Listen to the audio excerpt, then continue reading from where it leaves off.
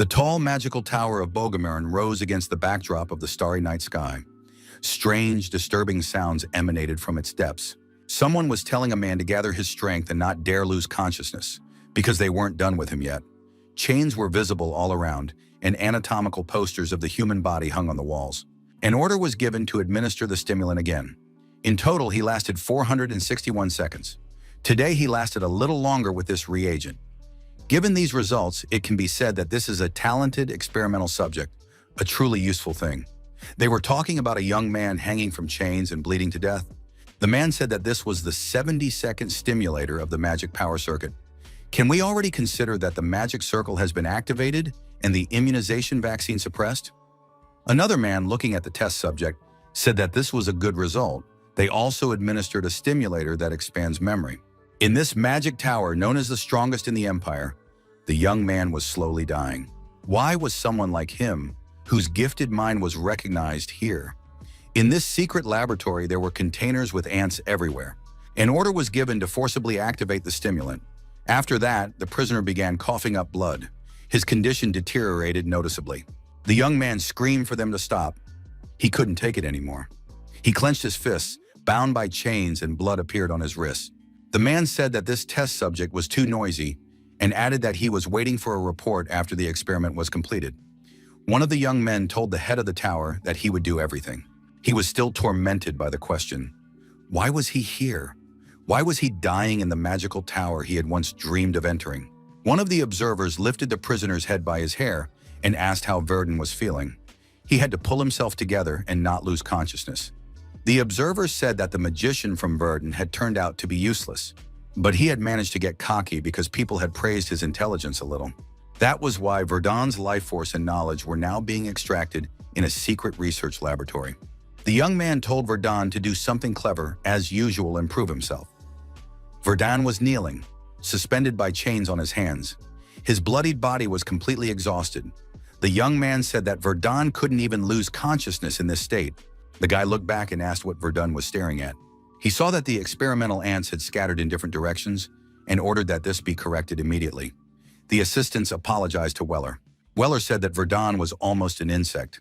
He didn't have an ounce of magical power, not even enough to break his chains, so no one missed him. Although that was even better for them.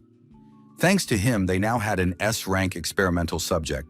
The friend with whom he entered the magic tower received sponsorship to study abroad. One could feel sorry for Rovlin. She ended up with such a friend. Some ants were crushed on the floor. Verdun told them to shut up. Weller was surprised that he was the one muttering there. Verdun shouted at the top of his lungs, demanding that those bastards shut up immediately. It all started 15 years ago. The young man had no parents and grew up in an orphanage. His dream was to become an incredible magician. In the end, he came to the magic tower to study magic. But no matter how hard he tried, he could not become a magician. The problem was the rank 1 development restriction. At the age of 7, the boy took a test to determine his compatibility with magic. The results showed that he would never become a magician. He was untalented. This was a serious blow to the child. However, he did not give up because becoming a mage was his dream. So he secretly took books left in the rooms while he was cleaning. He also studied many books from the library of the magic tower. Even though he had no magical powers, he had no doubts in his mind. Several years passed in this way. Verdun turned out to be a genius. He finally became a research assistant at the magic tower. His colleague added that genius was an understatement. How could a simple researcher come up with such an idea? This was recognized not only by the entire magic tower, but also by its head, Mr. Balrog.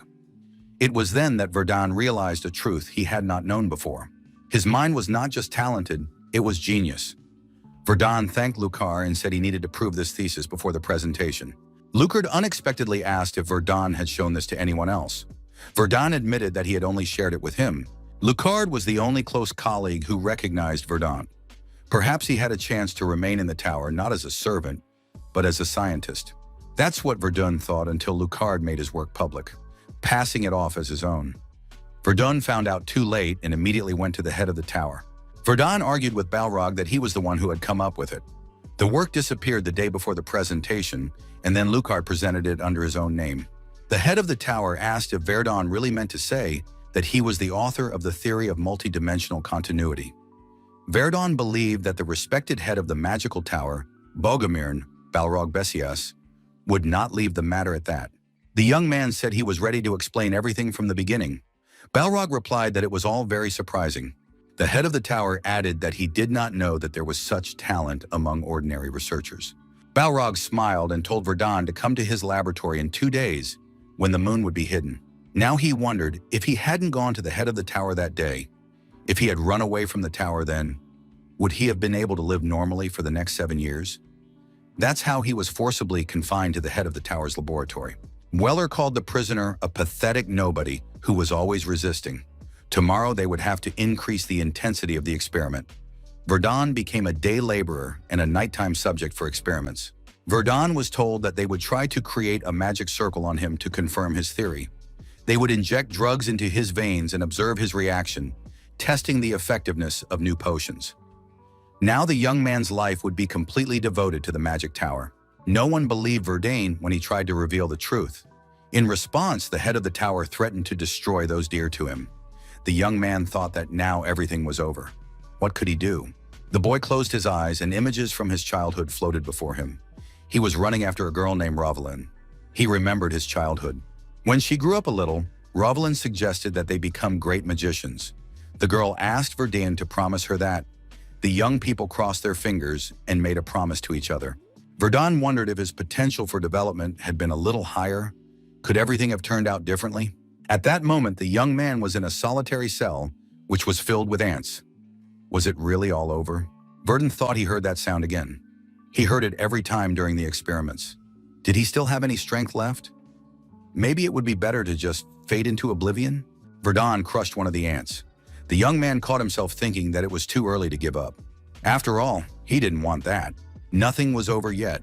Verdun's entire body was covered with ants again. For the sake of revenge and survival, he had to hold on, grit his teeth, and endure.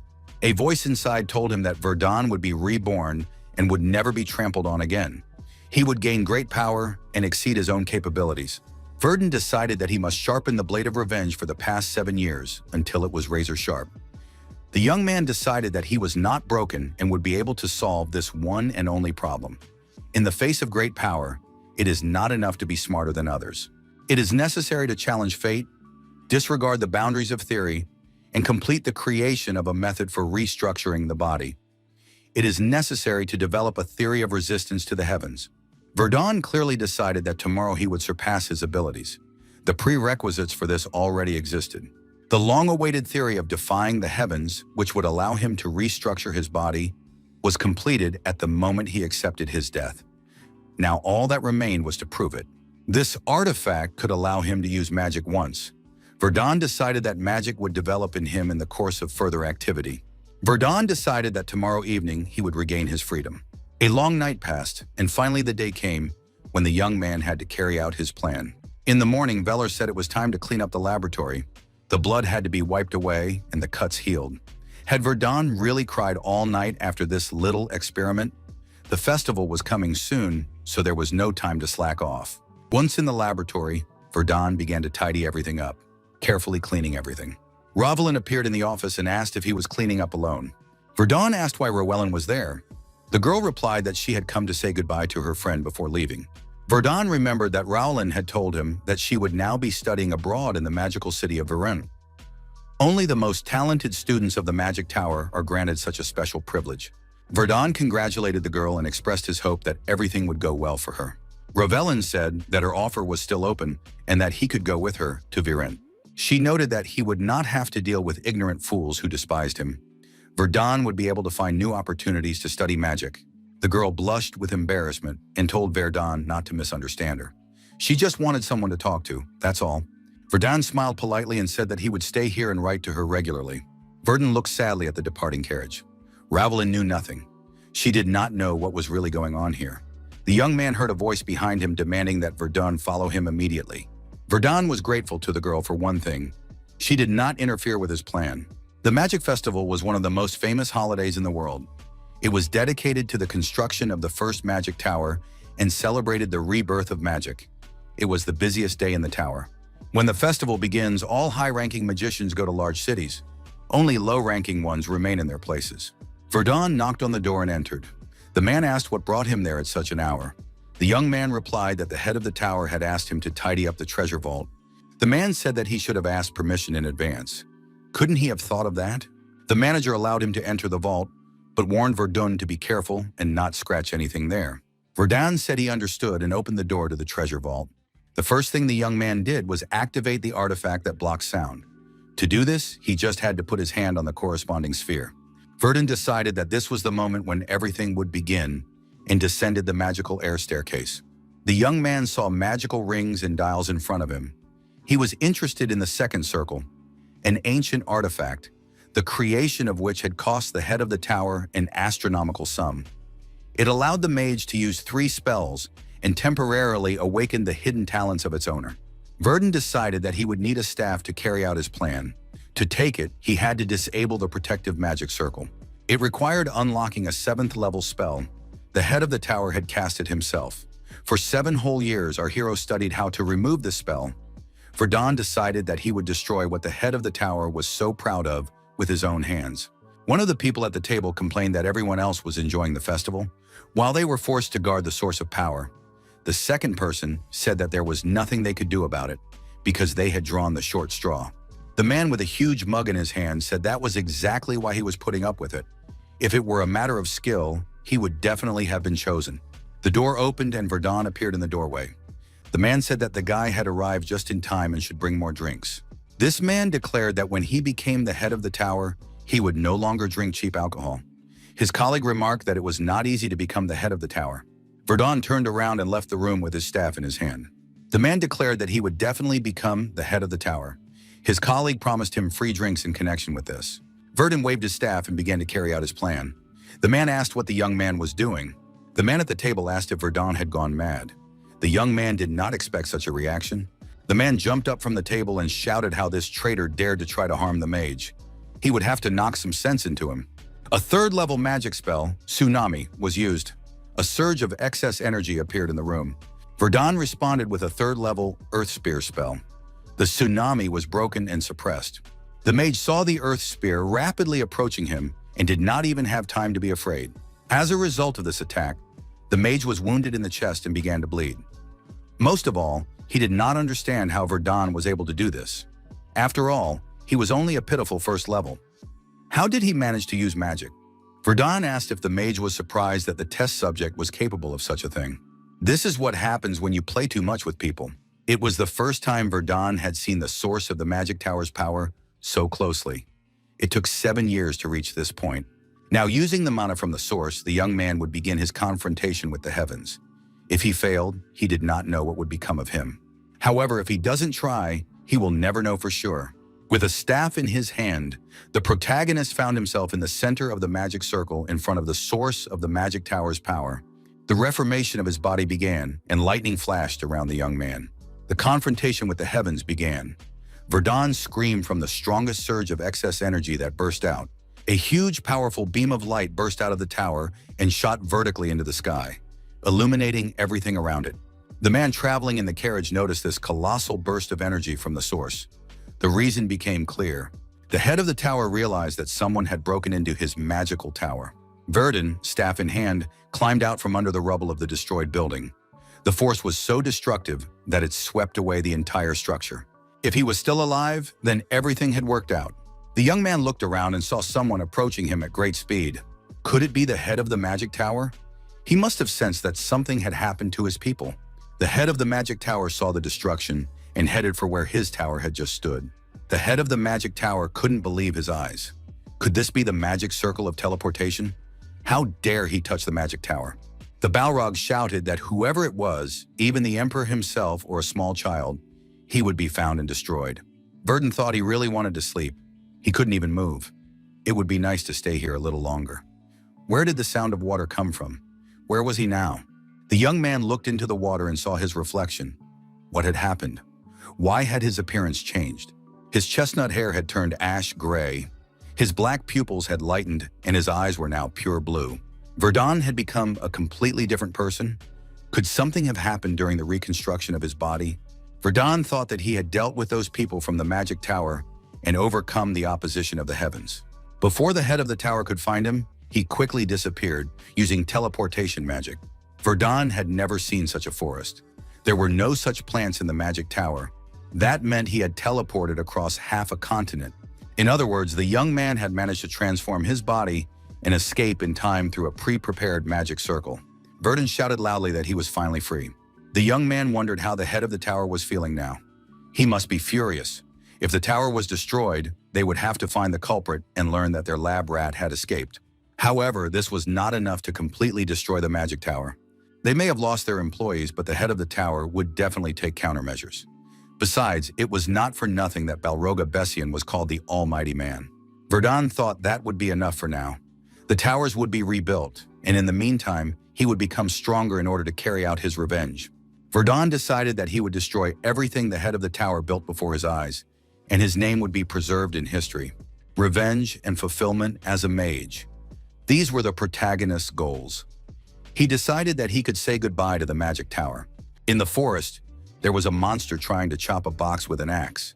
The young man activated the windcutter skill, and the monster was destroyed. Verdun looked at his hand and thought that he felt absolutely no difference when using this skill. The guy assumed that a problem had arisen during the reconstruction of his body. Except for the color of his eyes and hair, his appearance had not changed much. Even his mana volume remained the same. Verdun decided that he would not be able to find out what had happened for now. But if goblins were roaming the area, it meant that the village was not far away. The young man approached a box lying on the ground and saw cart tracks nearby. Someone had been in a hurry and dropped their belongings. Verdun activated his mana detection skill. He wanted to find the owner of this box. Verdun found a trail leading straight to the cart, which was still moving away. There was a young man in the cart. He was alarmed and frightened, urging on his skittish horse. The young man did not understand what was happening or how he had gotten himself into this mess. The fact that they had run into the remnants of a bandit gang, whose numbers had recently dwindled, was not a problem. The young man understood that his inability to negotiate and his talk about having connections with Baron Pate, as well as the fact that all his mercenaries had fled in fear, were not a problem either. But what was that creepy smile on the orc's face? The orc was busy attacking the bandits, so the young man was able to jump into the cart and quickly drive away. The boy in the cart heard a loud roar behind him and thought he was being chased. The young man continued to spur the horse on and shout for it to hurry up. The wheel of the cart hit a huge rock and the cart overturned. The young man flew to the side and fell to the ground. The boy came to his senses and got to his feet. His back hurt badly from the blow.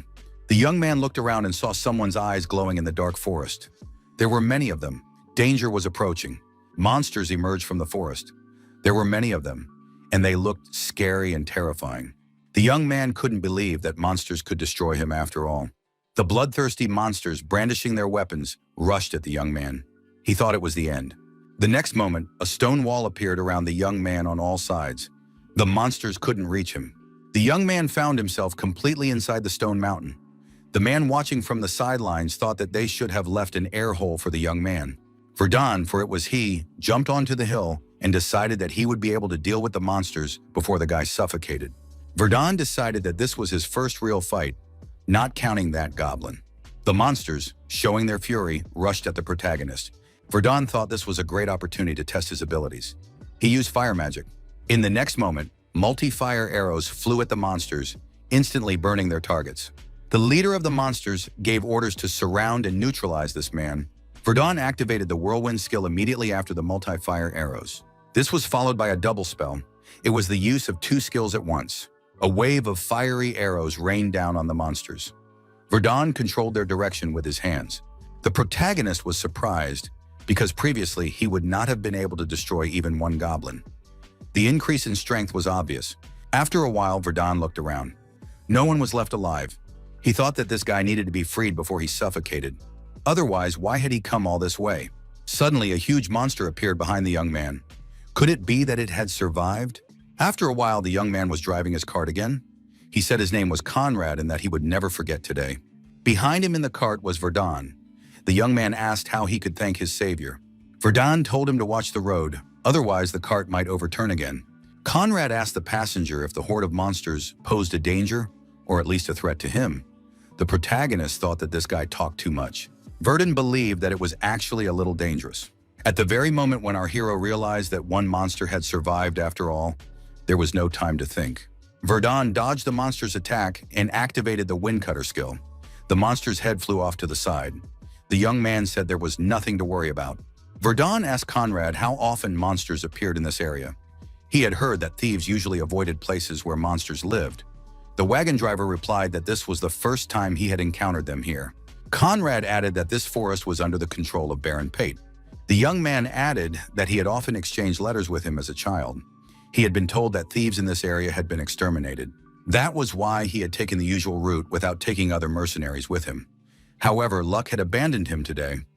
Verdun had previously thought that the teleportation had failed, but apparently it had taken him to the right place, since he had ended up on Baron Pate's lands. Verdun believed that even if he had covered all his tracks and changed his appearance, the magical Tower of Bogomern could still search for him. For now, he needed to hide his identity and become stronger. Conrad asked if his traveling companion was listening. Verdun said he had forgotten to introduce himself. Our hero said his name was Asher. The young man decided that he would use the name Verdun when he met with the head of the tower. The carriage pulled up to Baron Pate's estate. It was already dark outside. The Baron asked what had happened to Conrad on the road. Conrad smiled and said that he had lost some weight while running from the orcs. Pate approached the young man and asked if he was all right. Conrad replied that he had been attacked not only by thieves, but also by monsters. Pate looked at our hero and asked if this was the mage who had helped his friend. The Baron added that he would not stand aside if his friend's savior was right in front of him. Verdun thanked the Baron for providing him with clothes, food, and lodging.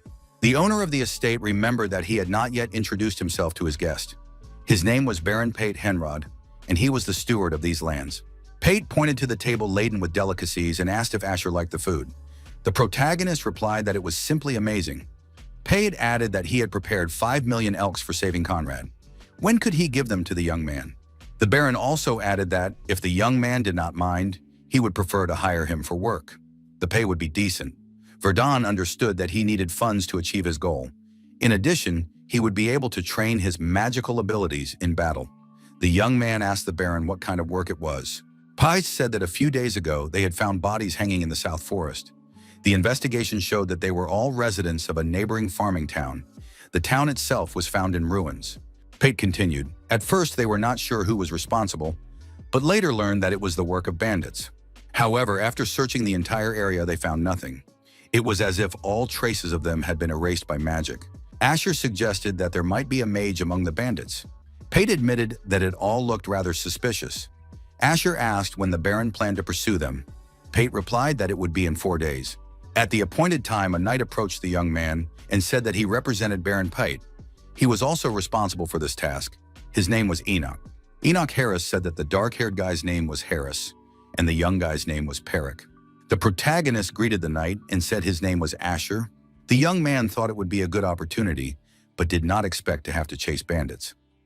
Pate said that it was better to nip such things in the bud. Verdun decided that this would be his punishment for staying here. Enoch pointed to 2 people and said they were adventurers. They had gathered as soon as they heard that orcs had recently appeared. Verdun thought that the reward must be very high. Even the adventurers here were gold-ranked. Gold-ranked adventurers were on the same level as ordinary knights. In other words, they were experienced veterans who knew how to use energy to strengthen themselves and their weapons. Rumor has it that with such a rank, they are capable of destroying monsters single-handedly. Verdun wondered why they needed him, despite having 3 knights. Enoch replied that second-rank mages are usually as strong as knights, but they would have a hard time if the enemy used ranged spells. It would be best not to deal with a mage at all. Asher said they were unlucky. He saw a magic circle in front of him. The dispel skill was activated. Enoch wondered where the magic circle had suddenly appeared from. How could something like this be on their territory? Verdun suggested that the spell he had just removed was just a camouflage. The rest had to be removed. Everyone had to stay in their places. The knights were amazed. Could this guy really destroy the magic circle so easily? Who was he? Explorers belong to a guild that accepts orders from all over the continent to explore unknown territories or scare away monsters that bother people. Death always follows adventurers. But despite this, people admire them, because with their abilities come wealth and fame. However, when an adventurer becomes too powerful and experiences many situations in which he finds himself on the brink of death, he loses control and turns his blade on other people. As a result, he turns into an ordinary bandit. An armed man stood over the carcass of a destroyed animal. He said that the damage from Pate's attack had not been compensated, and now they were suddenly attacked by orcs and goblins. In addition, there were very few provisions left. The armed man ordered his assistants to stop loafing around and go hunting. The knights, peeking out from the bushes, decided that these were the very bandits they were looking for. Pate asked the senior knight, Enoch, what they should do. They were ready to wait for his instructions. Enoch decided to attack immediately because the robbers had let their guard down. Verdun asked them to wait. The young man said that he was accompanying the knights as someone who had to fight against magic, but they had not yet fully assessed the enemy. If the enemy mage had more circles than he did, they could lose. Verdun added that he had come up with something. The armed man said that after all the efforts he had made to expand the working territory, the subordinates hired from the previous village had also been destroyed. His colleague advised Verdun to calm down and think about what to do next. Who would have thought that an orc, laughing like a jester, would come and kill all their subordinates? When he worked as a researcher, he could not have imagined that something like this would happen. Varga suggested that Vilshan attack another village. However, Vilshan replied that the Baron was angered by those hang from the trees, so they would not attack. Vilshan added that they had been hiding thanks to concealment magic, but now it was time to move on.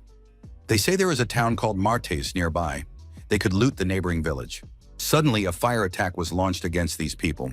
Vilshan used his magical abilities and said that a sudden magical explosion had been activated against them. This meant that someone had discovered them. At that moment, all three knights attacked the robbers. A mana barrier is a defensive ability that can be used quickly, but it is easy to destroy because it is not very strong. Destroying the barrier sends a backlash to the caster. Verdun said that one of their opponents was a mage and that his power was now clear. He was ready to deal with this mage, as they had agreed. Enoch replied that he was counting on Lord Asher. Varga understood everything and said that this time the Baron had sent people to destroy them. He hired the mage and the others, but his plan is not working. Varga and Enoch met face to face. Verdun began to chase the fleeing Vilshan. The robber planned to escape but did not expect anyone to chase him. Vilshan thought that fortunately his pursuer was using an earth wall. However, only those with 3 circles or more can fly. Vilshan asked how long his opponent was going to stand aside. Multi-ice arrows were activated. Vilshan decided he had to strike first. His opponent only had 2 circles, which meant he could attack him and only then leave. Verdun used fire arrows. Vilshan dodged the attack and thought it wasn't bad for someone with 2 circles. However, this guy had chosen the wrong opponent. Vilshan could see the outline of a person through the veil of smoke. He said that if his opponent had come with a knight, his position would have been disadvantageous. However, he could deal with such an opponent and then run away. Verdun appeared from the dissipating smoke. He said that he did not plan to let his opponent go. Vilshan noted that this was too much confidence and a rare ability to use complex attributive magic at such a young age. It had been a long time since he had met such a promising talent. Vilshan said that this youngster probably did not think that this would be the end of him. The 3rd circle magic falling ice was activated. Vilshan raised his hands and tried to block the attack with magic. However, his opponent easily neutralized Vilshan's spell. Our hero activated his earth spears. Verdun proved to be invulnerable. Vilshan was frightened and surprised at how a mage with 2 circles could use a 3rd circle spell. Vilshan continued to be amazed. Not only did this guy use a 3rd circle spell, but he also possessed 4 attributes. Had he been deceiving everyone from the very beginning? Vilshan was attacked, and the earth spear pierced his body through and through. Verdun thought it was good that he had come here. Now he knew how to fight against a mage. A loud roar could be heard. The sound came from a huge monster. The monster was holding the bloodied body of a bandit in its hands. 2 days before the expedition, Verdun created an experimental medicine using ingredients brought from the magic tower. He called it magic expansion chains. The young man recalled the hellish days he had spent in the magic tower. He no longer had any desire to conduct experiments on humans again. However, thanks to this medicine, our hero was able to attain the 3rd circle. Verdun, looking at Vilshan lying on the ground, thought that this mage seemed to have perished. It was necessary to bring proof of victory over the bandits so that he would be believed and earn trust. Verdun became interested in the staff that was in the mage's hand. The protagonist took the staff in his hands and assessed it. It was a magical stone wand with a spell cast on it. It reduced the time it took to cast spells and increased the effectiveness of those related to ice. The young man decided that such a thing could be useful to him.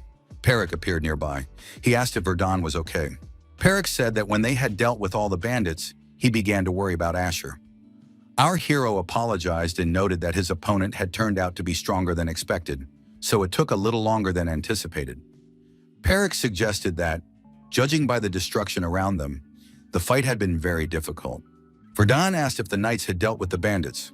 Perik replied that only the leader of the bandits remained, and Enoch was now dealing with him. Perik added that Enoch should be done by the time they got there. Verdun asked Perik what should be done with the bandits' belongings. Perik replied that their lord allowed them to take whatever they liked, as long as he did not need it himself. Verdun remembered Baron Pate and thought to himself that this wand would be very useful to him. Enoch said that Asher had done a good job. If it weren't for the mage's help, they would have had more problems. Asher noted that it had been a good experience for him. The captured Varya was puzzled. Had these people really destroyed Vilshina? It seemed impossible to him. Varga thought that if this continued, they would be taken to the Lord and executed. He couldn't die like this in a village, because there was still so much he wanted to see in this world.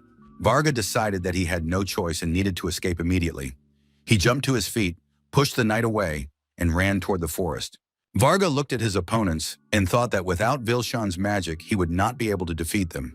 That meant there was only one way out. The robber decided to kill the knight, steal his horse, and run away. To achieve his goal, Varya approached Enoch. However, Enoch proved to be stronger. He grabbed his opponent by the hand holding the sword, and with his other hand, the knight clutched Varga by the collar. Enoch threw his opponent to the ground over his hip and ordered his subordinates to tie him up so that he could not move. Enoch swung his sword over the robber and said that he was not here to joke around. After the bandit was destroyed, Enoch apologized to the mage for the unsightly scene. Enoch added that he didn't usually fight like that. If he had had more time, he would have cut off his opponent's head. Asher said he was impressed. Asher looked at the other bandits and asked why they had been left alive. Enoch replied that there were familiar faces among them. Perhaps some of them were survivors of the attack on Farmerstown. He planned to take them to the estate to find out who they were before deciding their fate. Harris told everyone to get ready to return to the estate. They would take the bandits with them. One of the bandits jumped to his feet and started running toward the forest. He shouted that he didn't want to die. Harris drew his sword from its sheath and said he would deal with this guy himself. Asher asked the knight to wait a moment.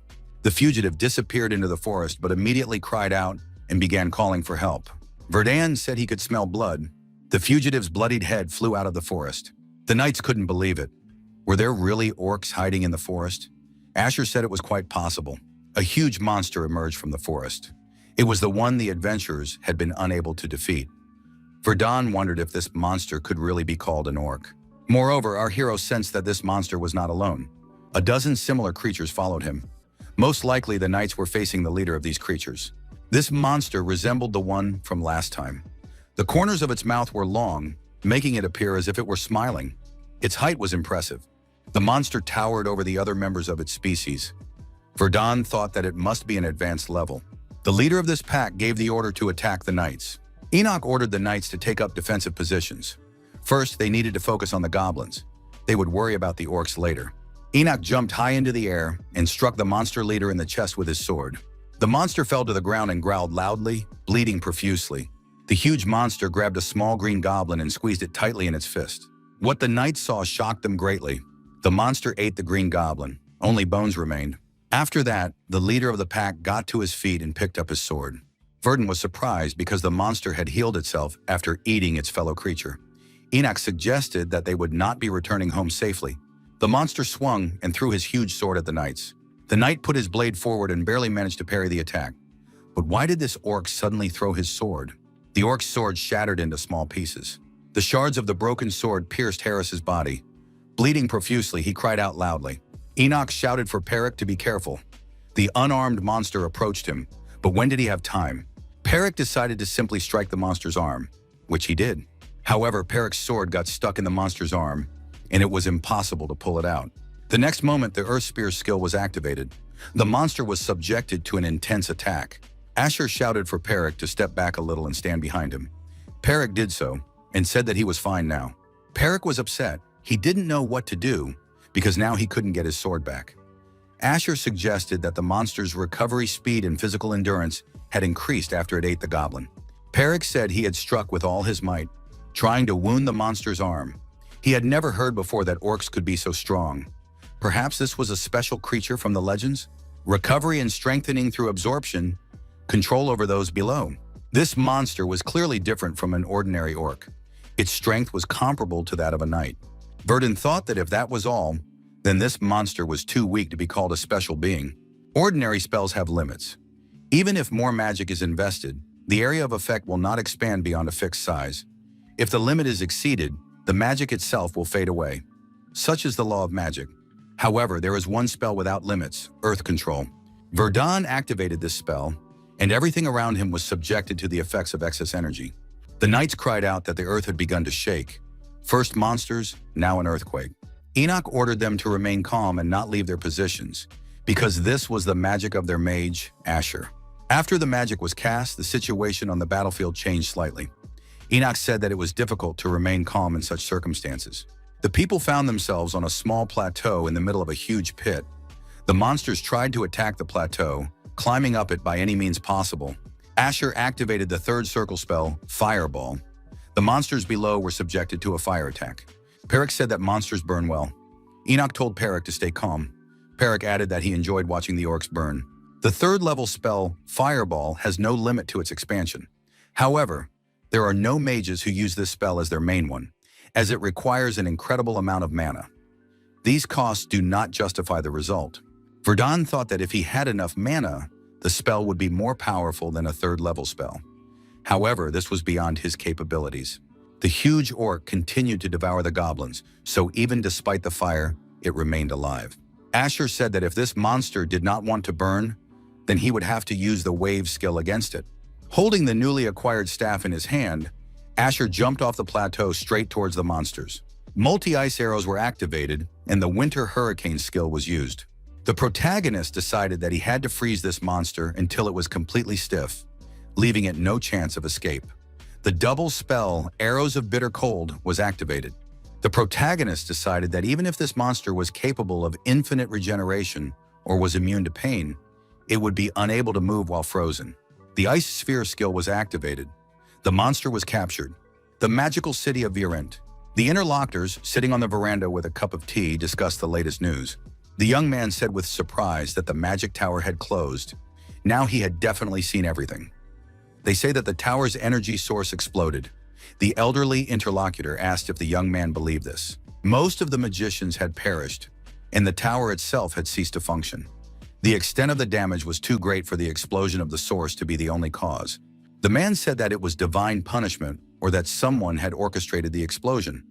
One of the surviving magicians claimed that they had managed to prove the theory they were investigating. Did letters come from the tower while they were in practice? The man said that someone must have planned to seal the Bogomern magic tower, as the mages themselves would never have done such a thing. He had heard that secret experiments were being conducted in its underground laboratory. Perhaps that was the reason. The magician heard the man's words and grabbed him by the collar. He demanded that the man repeat what he had said. The mage turned out to be a girl. She asked the man what had happened to the magical tower of Bogomern. The people celebrated the safe return of the squad. After subduing the bandits, they returned to the territory of Pate. The Baron held a banquet to celebrate this occasion. The Baron told the participants that they had done an excellent job. It was a miracle that no one had been killed. But where had Asher gone? Our hero put on a suit appropriate for the occasion and said that he was a little late. The Baron replied that the mage had arrived just in time and could now drink some wine. The participants thanked the Baron. No one expected that even ordinary soldiers would be invited to the banquet. Asher said that they had defended this territory, and what did status matter in such a case? The Baron asked Asher about the defeated bandits, wondering if they were too strong for ordinary robbers. Asher admitted that they were nothing like the thugs he had known before. The protagonist thought that with such a high level of skill, they could have lived comfortably doing something else. The Baron said that Asher was right. According to the investigation, these people had a gold rank among adventurers. However, about 2 years ago, one of them killed his comrade and fled. After that, their whereabouts became unknown, but apparently they formed a gang and ended up here. Gold rank is the 4th highest among adventurers. It can only be obtained after many achievements. Our hero was not surprised that a reward of 10 million elks had been offered for them. Now it was clear why the Baron looked so pleased. After all, if Asher had not participated in this expedition, there could have been many more victims. The Baron said that the young man not only destroyed the bandits, but also dealt with the half-humans in place of the fallen adventurers. The Adventurers Guild also sent their gratitude. Asher became the pride of this territory. Baron Pate said that wine had a strong effect on him, Asher thought that the Baron had drunk too much. Pate added that thanks to the young man, the villagers kidnapped by the bandits had been freed. A dignified funeral was also held for the victims. Pate suggested that everyone raise their glasses to Asher, the mage who had saved the Pate territory. The banquet that followed was completely different in atmosphere from what the young man had seen earlier in the Magic Tower. It was a celebration where everyone had fun together, regardless of status. In the Magic Tower, everything was different. The warm and friendly attitude of the locals deeply touched our hero. This was the first time since escaping from the tower. Verdun could laugh heartily. All this time, no one yet realized what changes the destruction of the Magic Tower would soon bring. Ravalen approached the tower and saw that it was intact and undamaged. Were the rumors exaggerated? At that moment, someone called out to the girl. A young man asked Ravalen if she had just returned from Variant. The girl confirmed this and added that she had heard about the energy source that had gone out of control and destroyed the area. However, everything looked better than she had expected, and this brought her relief. The young man said that the building could be quickly restored. Ravalen asked where Verdun was now. The young man pointed in the direction where people were gathered and said that he was there. People were studying a list of missing persons. Ravalen approached him and saw Verdane's photo among the others. She thought it was impossible. The list said that the young man had disappeared while on duty in the power room. Ravalen wondered if that meeting had been their last. The girl burst into tears. She didn't want to part like this because this guy was like family to her. The man put his hand on the girl's head and told her to stop crying. Anger towards others won't change anything. Ravalen raised her head and saw the head of the Balrog Tower in front of her. The girl asked what had actually happened in the tower. Balrog said that during the festival, the energy source had failed. All the mages in the core, including the officer on duty, had died. Years of accumulated data and research records were all destroyed. Everything that had been acquired through backbreaking labor. Even the magic circle of the treasury was damaged, leading to irreparable losses. Everything in the treasury, a collection of spellbooks and artifacts, was gone. The damage was impossible to estimate. However, the most important loss was experimental subject number 77. If they could bring his brain back, they could restore the lost records and achievements. The head of the tower said that at least they could take revenge. Although they had missed the main culprit of the power surge, they had a lead. Ravalen asked what the head of the tower meant. Balrog said that 3 hours before the power surge, someone had disappeared without a trace. All connections had been used to track down this person's whereabouts and past. Balrog handed the girl a pendant and said he had found it. Ravalen saw the symbol of the Dark Hour in front of her. The Dark Hour is a group that not only secretly studies magic, but also seeks to subjugate the world with its help. But what are they doing here? The chief said that they did not know how these people had entered the tower and caused the energy surge, but they were sure that they were involved. Balrog said that in order to appease those who had died, he intended to create a team to destroy the Dark Hour. The man added that a place had already been reserved for Ravalen in this group. Balrog noticed that, judging by the expression on her face, the girl had already made her decision. Ravalen crushed the pendant she had found in her fist in anger and thanked the head of the tower for waiting for her. A few days later, the Explorers Guild arrived in the territory of Pate. The visitor apologized to Sir Asher for the incident. The young man said that they had assessed the threat from the orcs as high, so they sent gold-ranked explorers, but the results were disastrous. Asher acknowledged that it was a simple accident. The visitor thanked the mage for his understanding and left a certificate of reward for this conquest. The reward took into account the risk and delivery of the body of a new type of orc. The total amount was 24 million elks. After taxes, half would remain. The visitor said that for independent individuals not registered with the guild, all rewards were subject to a tax of half the fee. Even if they wanted to refuse, they couldn't, as it was imperial law. Violation could lead to charges of tax evasion or theft. The guild representative said he knew a legal way to avoid the tax. Asher guessed that he would be offered to become an adventurer. The visitor confirmed that the young man was correct. Their guild had low tax rates for the highest ranks. Asher could start at the silver rank. Verdun thought that this might limit his future actions. However, he agreed. There was something more important than money. He wanted to become stronger in order to take revenge. Despite the fact that Verdun had lived as a test subject in the tower for 7 years, his essence remained that of a mage. The warehouse of the Adventurers Guild Seekers on the territory of Pate. A mage is always a seeker of secrets and an explorer. That is why our hero brought the body of the defeated orc here for full-scale research. This guild had an artifact that preserves the state of everything it covers. The orc's reddish pupils and skin did not surprise the young man. His torn mouth and more powerful physique compared to other creatures stood out. However, these features are far from those seen in more developed species, such as orc warriors or orc lords. His intelligence cannot be called exceptional either. Most likely this is a mutation rather than evolution. However, even if it is a mutation, there is insufficient evidence to explain its regeneration and incredible strength, achieved solely through nutrition. Verdun noticed a scar on the back of the monster's head. Regeneration is the ability to restore the body to its previous state. This orc's regeneration was strong enough to restore his burned body and even torn flesh, but it couldn't cope with one wound, leaving a scar. Verdun thought that if that was the case, then the orc must have gained its regenerative abilities after being wounded. The scar was a mark left by the cut. Only evolution could help half-humans acquire abilities after birth. The most likely conclusion was that someone had artificially created this orc, and that was very bad. Asher told the knights that they shouldn't have come here to see him off. Perrick replied that the mage had saved his life. It was the least he could do. Asher said he had received too much: a circulation ring, a beast skin cloak, an increase in mana, and its regeneration speed.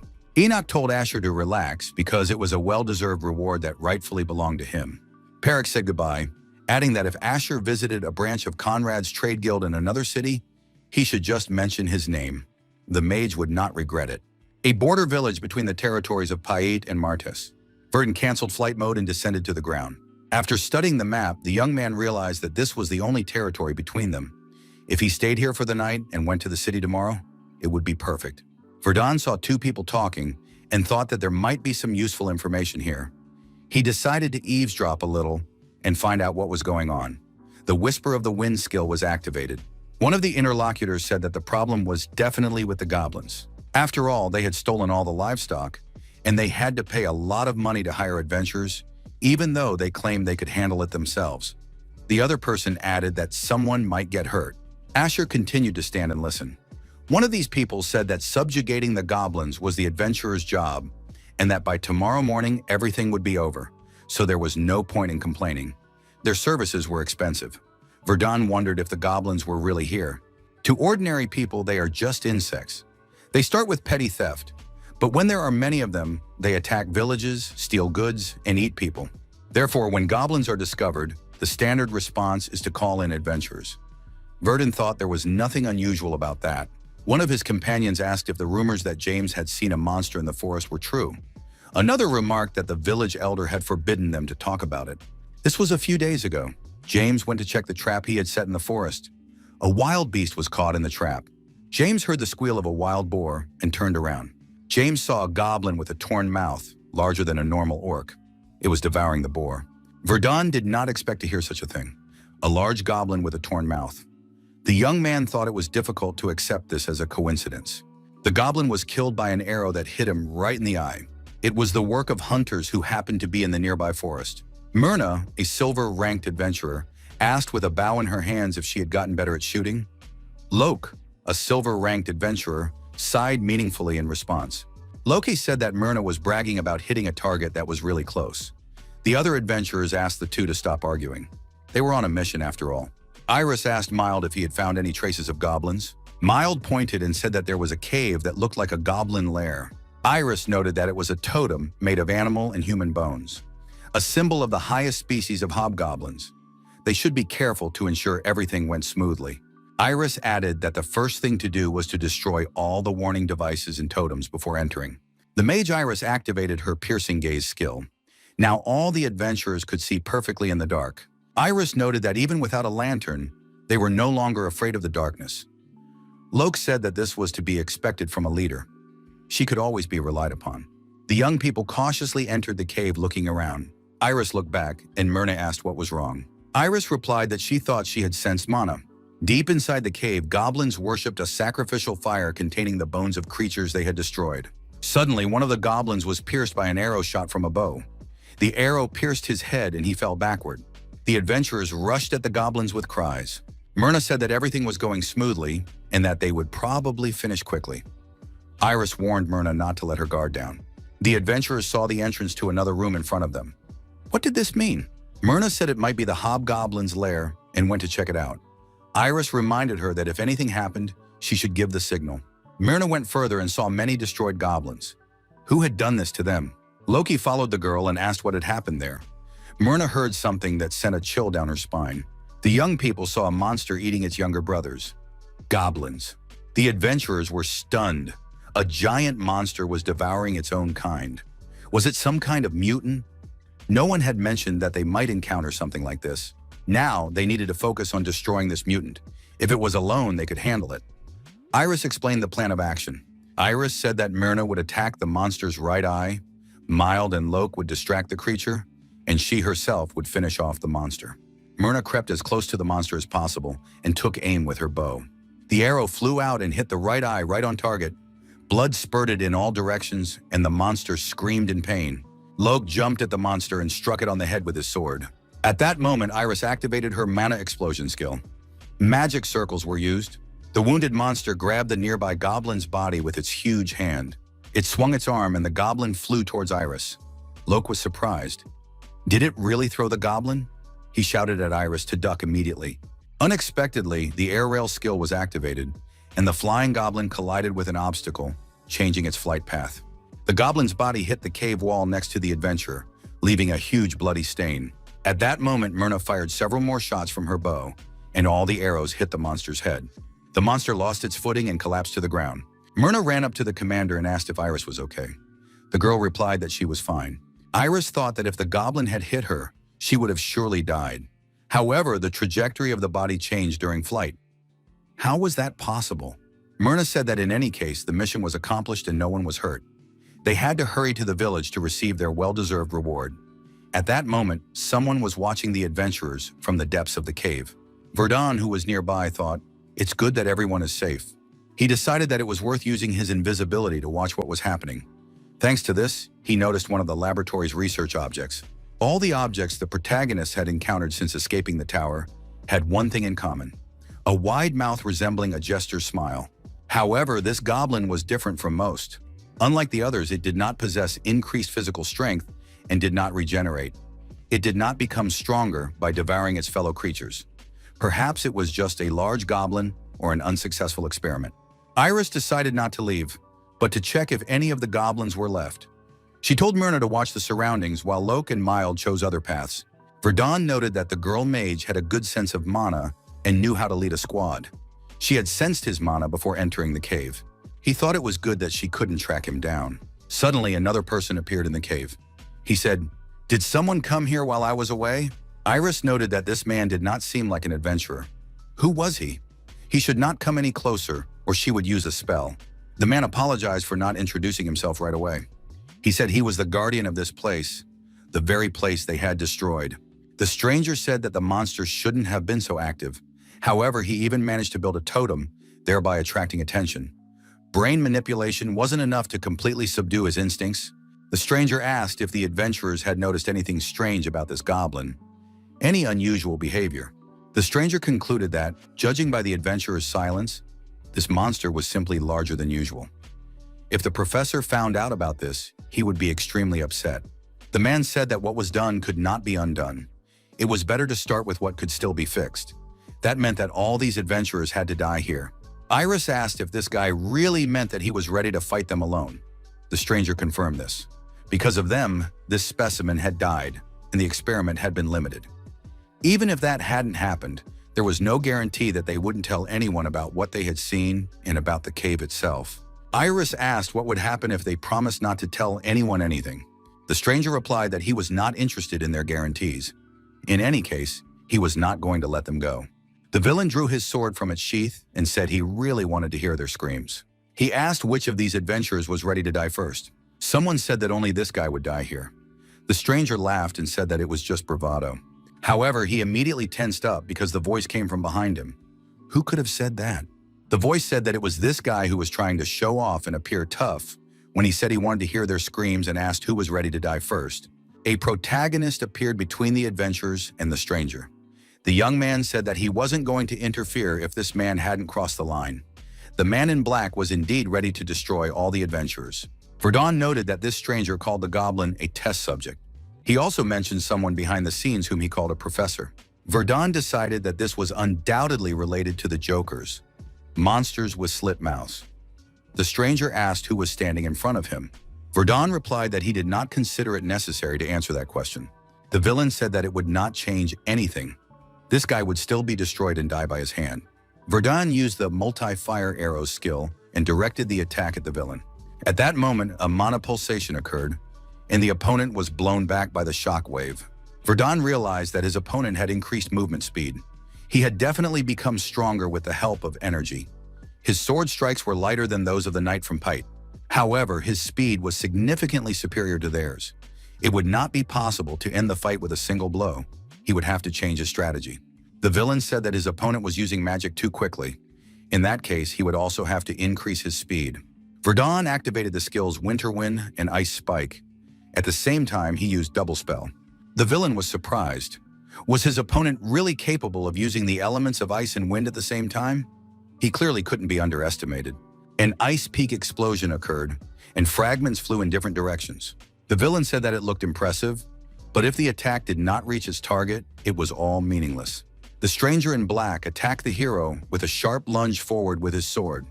However, Verdun easily dodged the attack. The adventurers and the villain were stunned. Could an ordinary mage really dodge a sword strike? How did he manage to react so quickly? The villain claimed that his opponent had provoked him into counterattacking. This was not a typical tactic for a mage, but the trick would not work again. Verdun said that in that case, he would fight like a real mage. The adventurers were surprised again. Suddenly, the ground beneath their feet shook and began to rise. The adventurers were frightened. How high would it lift them? Iris said it was landscape manipulation. The spell is known for its inefficiency and mana consumption, but this guy uses it in real combat. Iris added that it was a double spell and a quick reading of large-scale magic. His mana reserves must be enormous. This is an extremely rare style of combat. The girl had never even heard of anything like it before. The villain was surprised why his opponent retreated. After all, he said he would fight as a mage. Did he really think that being on top made him untouchable? The stranger in black did not understand why his opponent, having moved to the top, had also moved the adventurers there, despite the enormous consumption of mana. The villain looked down at his feet. Had the flames melted the ice? The young man thought that even among the Academy's professors, only a few were capable of using this element. The third-level magic Thunder Strike was activated. Who was this guy really? Fire, ice, wind, and now the highest element. Triple spell. Verdun said he wanted to ask one question. In the barony of Pate, there was an orc similar to the dead giant goblin. Were they both connected to this professor? The villain said he now understood why it was so quiet there. Was his rival behind it? The bleeding stranger asked if the young man had come from the Ark. Verdun was surprised to hear about the Ark. His rival noticed this. That meant the young man could learn about it from him. Verdun asked where he could find the professor. He was interested in the experiments he was conducting. The villain thought it would be dangerous to let this guy get to the professor. He decided to make sure they both died here. However, Verdun activated the Permission of the Earth skill. Our hero hoped to find a clue leading to the appearance of the jesters, but in the end, his efforts were in vain. Verdun looked at the adventurers and decided that he needed to finish what he had started. The young man announced that from now on, the adventurers must obey his orders. The adventurers left the cave. Iris approached the young man and said that they had done exactly as he had ordered. They received an additional reward from the village elder. Iris handed her savior a bag with the reward and said that when she threatened to reveal the hidden information about the mutant goblin, the elder paid an additional 1,000,000 elks just to keep them quiet. The leader of the adventurers said that now that their business here was done, they were leaving. Verdun divided the reward equally and told the adventurers to keep a portion for themselves. The young man holding out the bag added that it was their commission. Verdun asked the adventurers to escort him from the village to the city of Martis. After the incident in the cave, Verdun set off for Martis with Iris's team. On the way, the team leader asked about magic and the theory of elements and spells. The protagonist did not object to the conversation and engaged in a discussion with her, and so they arrived in the city. Verdun assumed that a city of this size would surely have a bank. The adventurers needed to submit several reports to the guild. They said that their leader would show the young man around Martis. The girl asked where the gentleman wanted to go first. Verdun replied that he would like to start by collecting his reward and opening a multi-currency bank account. He also needed a card linked to Apple Pay. Iris suggested going to the city hall first and showed him the way. She knew this city like the back of her hand. Mild was surprised. Did Iris really seem so calm? Myrna was also surprised. Was this calm guy the same one who had recently destroyed the man they met in the cave without hesitation? First of all, rewards for captured criminals are issued through the city hall. Verdun headed there. The protagonist almost got into trouble because he didn't have time to create an ID after changing bodies. At the entrance, the guard said that he couldn't pass without proof of identity. At least an ID card was required. Fortunately, thanks to Baron Pate's guarantee, our hero was allowed to enter. At the town hall, the young man was told that the message had already been received. They had heard that he had done something impressive. The owner said that before he left the barony of Pate, Helred had shown him generosity. The young man should accept this as a sign of gratitude for saving Pate, because his family lives on the Baron's territory. Verdun also received an identity card as a gift. Thanks to this, he was able to open a bank account, so everything turned out well. The hero already had an account that he used in Verenta. However, if he used it here, the tower's owner would be able to track him down. He needed to be careful and take precautions. Verdun said he would like it to be made in the form of a staff. The blacksmith said that it would take materials and a little time to do everything properly. It would be ready in 3 days. It was Martis' smithy. The blacksmith handed the staff to the young man and said that he could use it for now. Iris asked if the gentleman preferred staffs or wands. The young man replied that he was used to using staffs when he worked a lot with a broom. The young people approached the building of the Martis Public Library. Verdun asked if there were any books on spells here.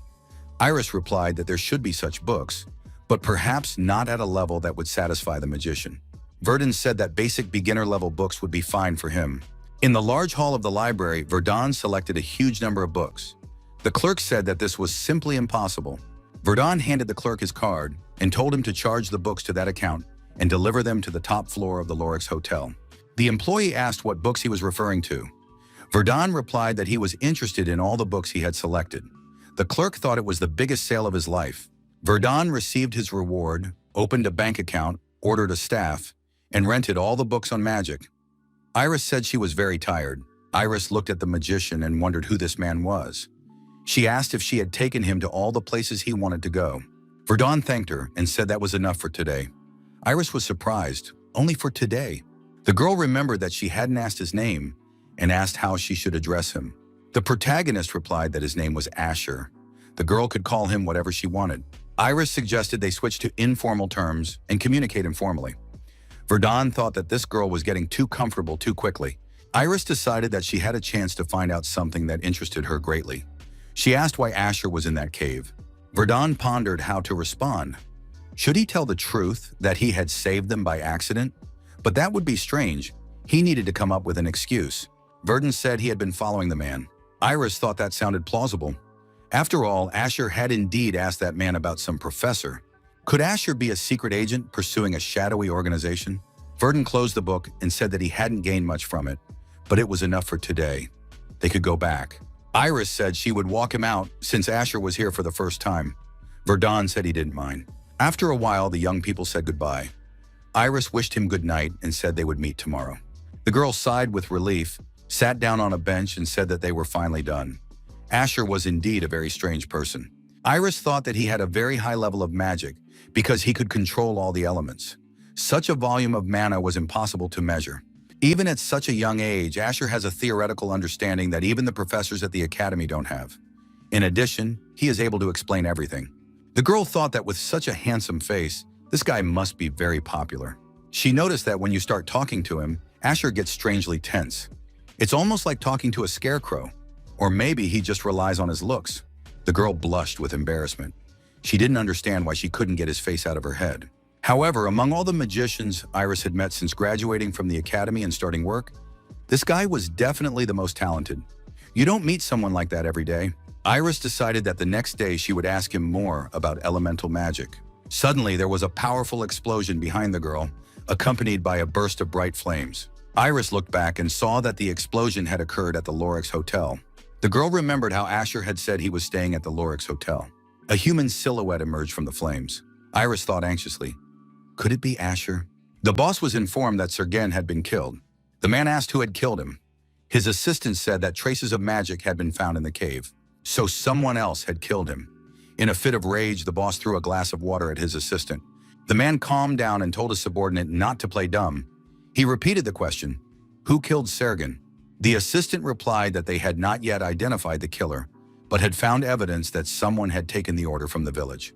The boss said that this was disappointing. Sergen had been useful. So the test subject had also died? The assistant confirmed this and added that the remains and all traces of Sergen and the test subject had been destroyed. The man said that it was necessary to take care of whoever had destroyed Sergen. The man thought that the two test subjects from the Pate barony were silent. Now Goblin and Sergen were also dead. The experiment was almost complete. Could it be that representatives of the Ark had noticed them?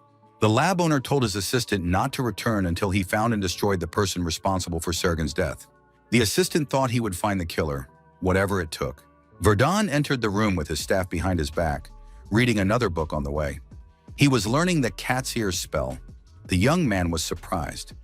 Is that really how it's done? Earlier, he had wandered around the city all day. Verdun said that the director of magic was indeed ineffective. The man hiding under the bed in the room wanted the young man to go to sleep quickly, and then it would be his last moment. The villain under the bed was surprised at one point. Why had it become so quiet? Suddenly, the Earthbone skill was activated, and the villain was left without cover. Verdun used magic on him. The villain did not understand how he could have been discovered. Verdun used fire magic. The villain ran outside and tried to hide in the crowd. He wondered how this guy was able to cause an explosion right away. Wasn't he afraid of doing that in a confined space? He was definitely at least 3rd level, so it was best to retreat for now. The villain shouted from the crowd that the mage had gone mad and was going to destroy the entire city. The frightened townspeople cried out, "Was their city in danger?" Someone shouted that they needed to scatter in different directions and notify the guards.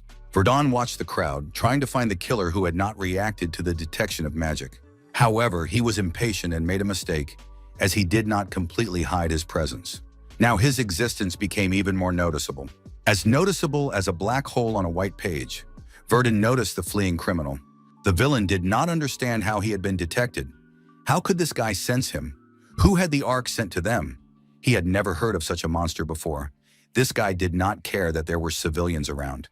He continued to use spells. Verdun activated the magic arrow skill. The villain thought he was dealing with a psychopath. Verdun saw the fugitive run into a building to dodge the attack. Verdun followed him inside. He realized that the fugitive had chosen the house where the gang of homeless people was staying. One of those present asked why our hero had burst in and was causing panic over nothing. Verdun asked where the man had gone. The man said that the young man was very impatient. The homeless man added that if the guy wanted information, he would have to pay for it. Verdun decided that there was no other way out. The fugitive must still be inside. It turned out that the fugitive was hiding behind the homeless man. Suddenly, he stabbed the man with his sword, trying to get to Verdun. The protagonist thought that this scoundrel had destroyed an innocent man and even stabbed him in the back with a sword. Verdun considered this despicable and activated the shockwave skill. The villain lost his footing and flew far back. The criminal thought that magicians usually cannot attack and defend at the same time. If that was the case, he would lure his opponent, use magic barrier, detonate a smoke bomb, and escape. Verdun understood his opponent's intentions and was ready to use magic barrier. The villain realized that his opponent would not use the barrier, but would focus his mana on the tip of his staff. The villain was surprised when he realized that his opponent was his equal in close combat. Could it be that he was facing a combat mage? Verdun delivered a devastating blow, and the criminal flew to the side, coughing up blood. Once again, the Earthbone skill was activated. The villain saw magic circles in front of him. Verdun activated the whirlwind skill. It was clear that our hero was determined. However, after the dust settled, it became clear that his opponent had fled. Only traces of blood remained on the floor. Then the young man heard someone behind him tell him not to move. He looked back. Verdun saw armed soldiers behind him. The commander said that the young man was under arrest for arson and threatening the local residents in the city. The mayor of Martis, Henry Decker, said he wanted to summarize the report. Could Asher really be behind the chaos in the city? The officer said that Asher was apparently a victim. Someone had tried to kill him when he returned to the hotel. This led to the clash and unrest. The officer added that this was also related to a recent incident in which someone had tried to kill an adventurer associated with their guild. That was why he had been entrusted with leading the investigation. The head of the Adventurers Guild, Oscar, was present at the mayor's briefing. Henry Decker said he could imagine what impression Asher would have of their city. The mayor asked if the hotel had been badly damaged. Oscar replied that only the upper floor, where Asher had been staying, had been damaged. One wanted criminal from the slums had been killed. The person responsible for this was wanted. The guild leader added that they had also received testimony from the adventurer who had been protecting Asher. The adventurer claimed that while on a honey-gathering mission in the cave, he had encountered a mutant goblin and an armed assailant. Oscar noted that when they visited the scene, there was nothing there. No destroyed bodies, no monsters, not even traces of other creatures. The mayor said that this meant there was an organized group targeting adventurers. Did the guild leader really think that such incidents could happen? Oscar said that this was precisely why he had tried to assign a bodyguard to Asher. Deeker asked if there had been any problems with this. The guild leader said that rumors had already spread throughout the city that Asher was the one who had organized the explosion and spread panic. That was why adventurers and soldiers refused to guard him. Deeker acknowledged that the situation was complicated and promised to talk to his knights. The next day arrived. Verdun arrived at the town hall. The young man quickly enchanted the staff. Verdun thought that since the equipment was ready, he should start the investigation immediately. A knight entered the room and introduced himself as Jason, the deputy captain of the city's knights. He said that as long as there was a risk of an attack on the mage, he would guard him. Verdun thought that this was because the whole city was in a state of unrest and everyone was alarmed. Verdun assumed that if he had been assigned a bodyguard, it meant that the charges against him had been dropped. However, Jason looked very young, but he was still a third-level knight. Verdun asked Jason if he could go alone. The deputy commander of the knights said that he could only go accompanied by him. Asher replied that he was very sorry, but there was nothing he could do. Jason asked where the mage was going. After half a day, Jason asked where they were going. Asher replied, "What's wrong with that?" The deputy commander of the knights said that with him, you can go anywhere. Jason noted that they had not sat down once since leaving the town hall. How far did they still have to go? Asher replied that they had already arrived. This was the place he wanted to visit. Jason asked why they were here. The next moment, something incredible happened. Using his magical abilities, Asher destroyed the building. Jason was puzzled. Was this guy crazy? He had just blown up a house with magic. The mage said he had come here to find one person. He was interested in the killer who had tried to kill him the day before. Jason was surprised. Was the criminal here? Verdun thought that during the fight with his opponent last night, he managed to touch his shoulder and cast a spell on him. Our hero had recently acquired a spell that connects the target's mana to his own. The spell is called Trace. Verdun thought, if the mark was still there, it meant that the attackers hadn't noticed it. An underground passage appeared before the young people. Jason thought that the power of this mage was simply impressive. Verdun understood that the trail led precisely there. The mage said that judging by the direction and scale, this passage connected to the outer part of the city. Did Jason know about this tunnel? The knight replied that he had no idea, even though he knew all the passages in the city. Jason thought, could this be an unknown tunnel that is not marked on the map and leads outside the city? The knight realized that they had a very big security problem. The officer said they had to close the place immediately. Asher told the bodyguard to wait. The most important thing now was to find the person who blew up the hotel. Jason said that in that case, they needed to call for backup. Asher replied that there was no time. The target could get away. They had to follow immediately. Jason thought, was the mage ignoring him just because he was the vice captain? The wounded criminal retreated, following the established route. He felt he had wasted too much time here. After escaping from the mage, he had to heal his wounds and cover his tracks. That's why he had been stuck here for too long. The criminal thought, if this continues, the professor might get angry and try to destroy him. Maybe he should run away? The perpetrator decided that this was a bad idea. The professor would always find a way to get him. He could only hope that the professor would be merciful. The professor said that he was the most famous person in the city of Martis. The professor added that when he came to check if he was dead, the guy had caused a mess. He had created such a spectacle that the mayor and the Adventurers Guild now knew about them.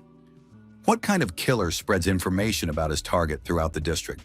The professor said he was waiting for an explanation, clear and concise. The young man said that after receiving the order, he immediately went to Martis and checked the transportation department.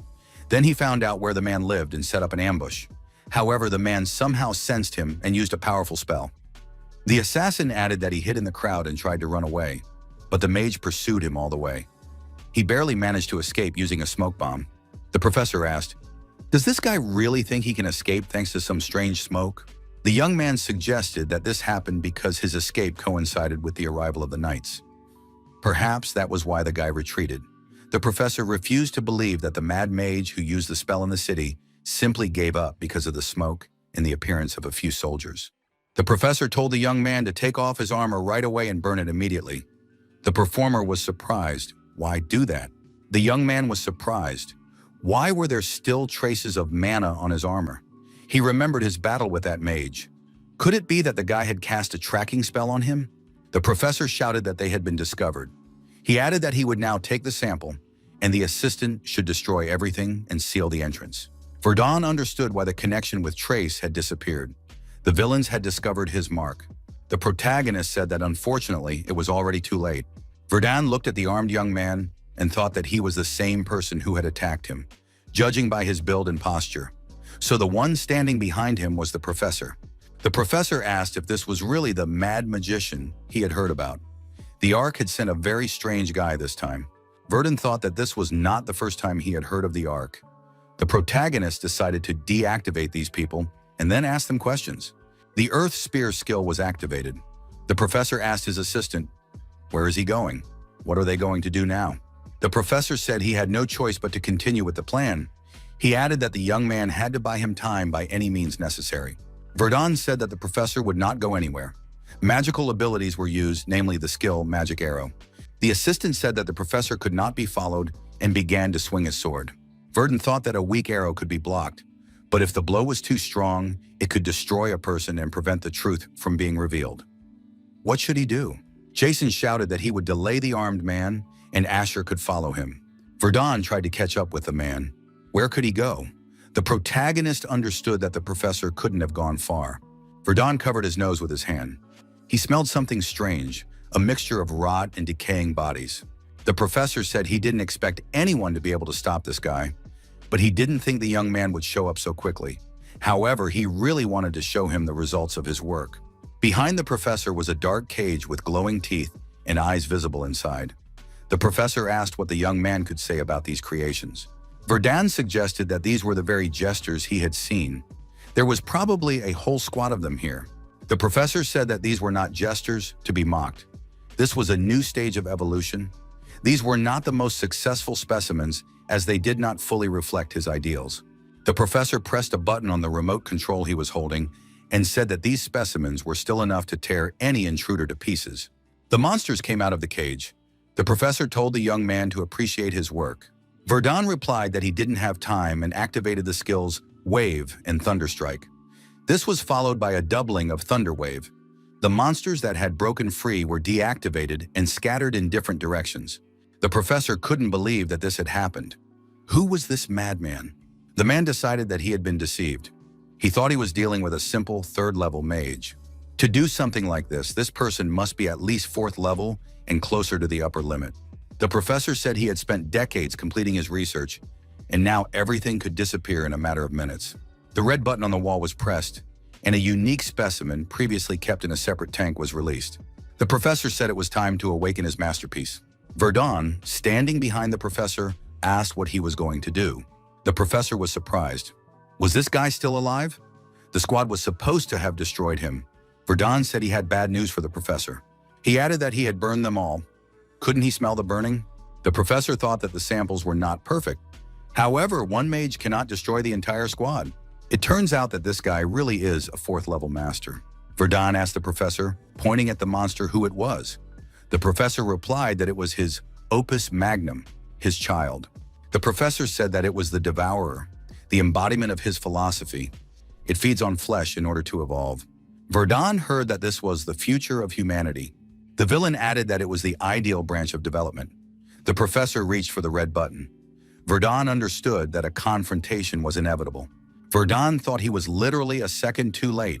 The professor pressed the button before he could prevent it. Verdun thought that the professor was predicting cannibalism for the sake of the future. The young man now understood what the professor was trying to do. The monster prepared to attack the hero. The professor, bleeding profusely, called the young man a mad magician. He added that the boy's mana had marinated the meat to the bone, and his child would taste it. The monster said he wanted to eat. The young man was surprised. Could this monster really talk? The monster shouted again that it was hungry, and added that this man looked delicious and should be eaten. Verdun decided that the creature could be getting stronger. Mages spend years training to perform such tricks, or they use powerful artifacts. The monster saw no need for that. Verdun understood that the creature would not stop now. The young man thought that the monster had enough skill to carry out endless attacks only in his blind spots. With such a level of skill, it was worthy of being called Opus Magnum. The monster swung its arms and rushed at the protagonist. The young man managed to activate his defense. With a gleam in his eyes, the hero decided that the devourer was no match for him anyway. The protagonist had one habit. He had lived in Bogomir for 7 years as a research subject. So the young man had to constantly suppress his rage. Then when he returned to his room after the experiments, he used his accumulated emotions as a driving force and completed his theory of confronting the heavens. Perhaps that is why the stronger he felt, the more anger he spilled out. After that, his feelings ceased to cloud his mind, and he began to think rationally. Verdun thought that the professor's work was indeed better than his. The devourer, as the professor himself called him, possessed physical abilities on par with the orc jesters of Pate. This monster regenerates in much the same way as jesters. However, the devourer's flexibility and speed are much higher. The protagonist attacked the monster with his staff. The devourer jumped aside and was hit by the earth spear. The young man said it was a trap, and the monster fell for it so easily. A magic arrow was also fired at the monster. Verdun thought that any knight could defeat it. The devourer cannot distinguish even the simplest feints. It just swings its fists, even though it has plenty of strength. At one point, the earth spear pierced the monster's body through and through. The young man decided that it was a humanoid beast. Verdun noticed that the creature was too weak to be called the best creation. The professor couldn't understand. How was this possible? How could his Opus Magnum have lost? This creature acquires the traits of its prey through absorption. In this way, it continuously becomes stronger. The professor believed that his creation was a man of the future, a non-human. And yet it fell so ingloriously in this battle. The professor decided that his child had only just awakened. The child was still hungry and could not use its full power. If he had another chance, he would feed it to restore its strength. Then it would be possible to destroy this magician and escape.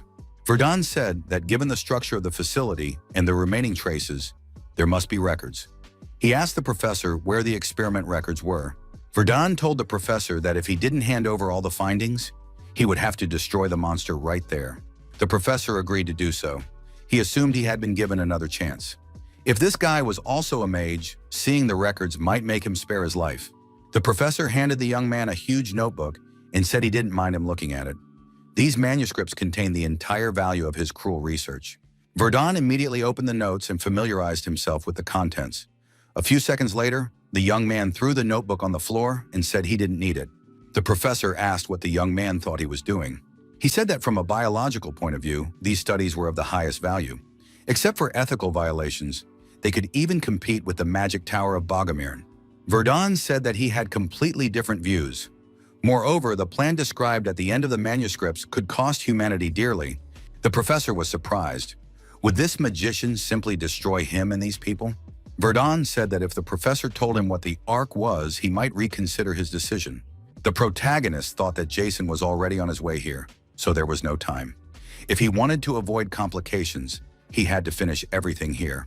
Verdun told the professor that it was time for him to disappear.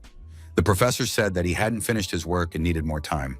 Verdun activated the flames and set the professor and his creation on fire. Jason burst into the room and asked if Asher was okay. The magician replied that he was fine and asked if Jason had dealt with the killer. The knight smiled and said that he had dealt the killer a heavy blow to the side. Verdun thought that Jason had probably just left. Among the records provided, our hero saw a map with a certain place marked on it. Verdun assumed that, judging by the terrain, it was somewhere near Martis.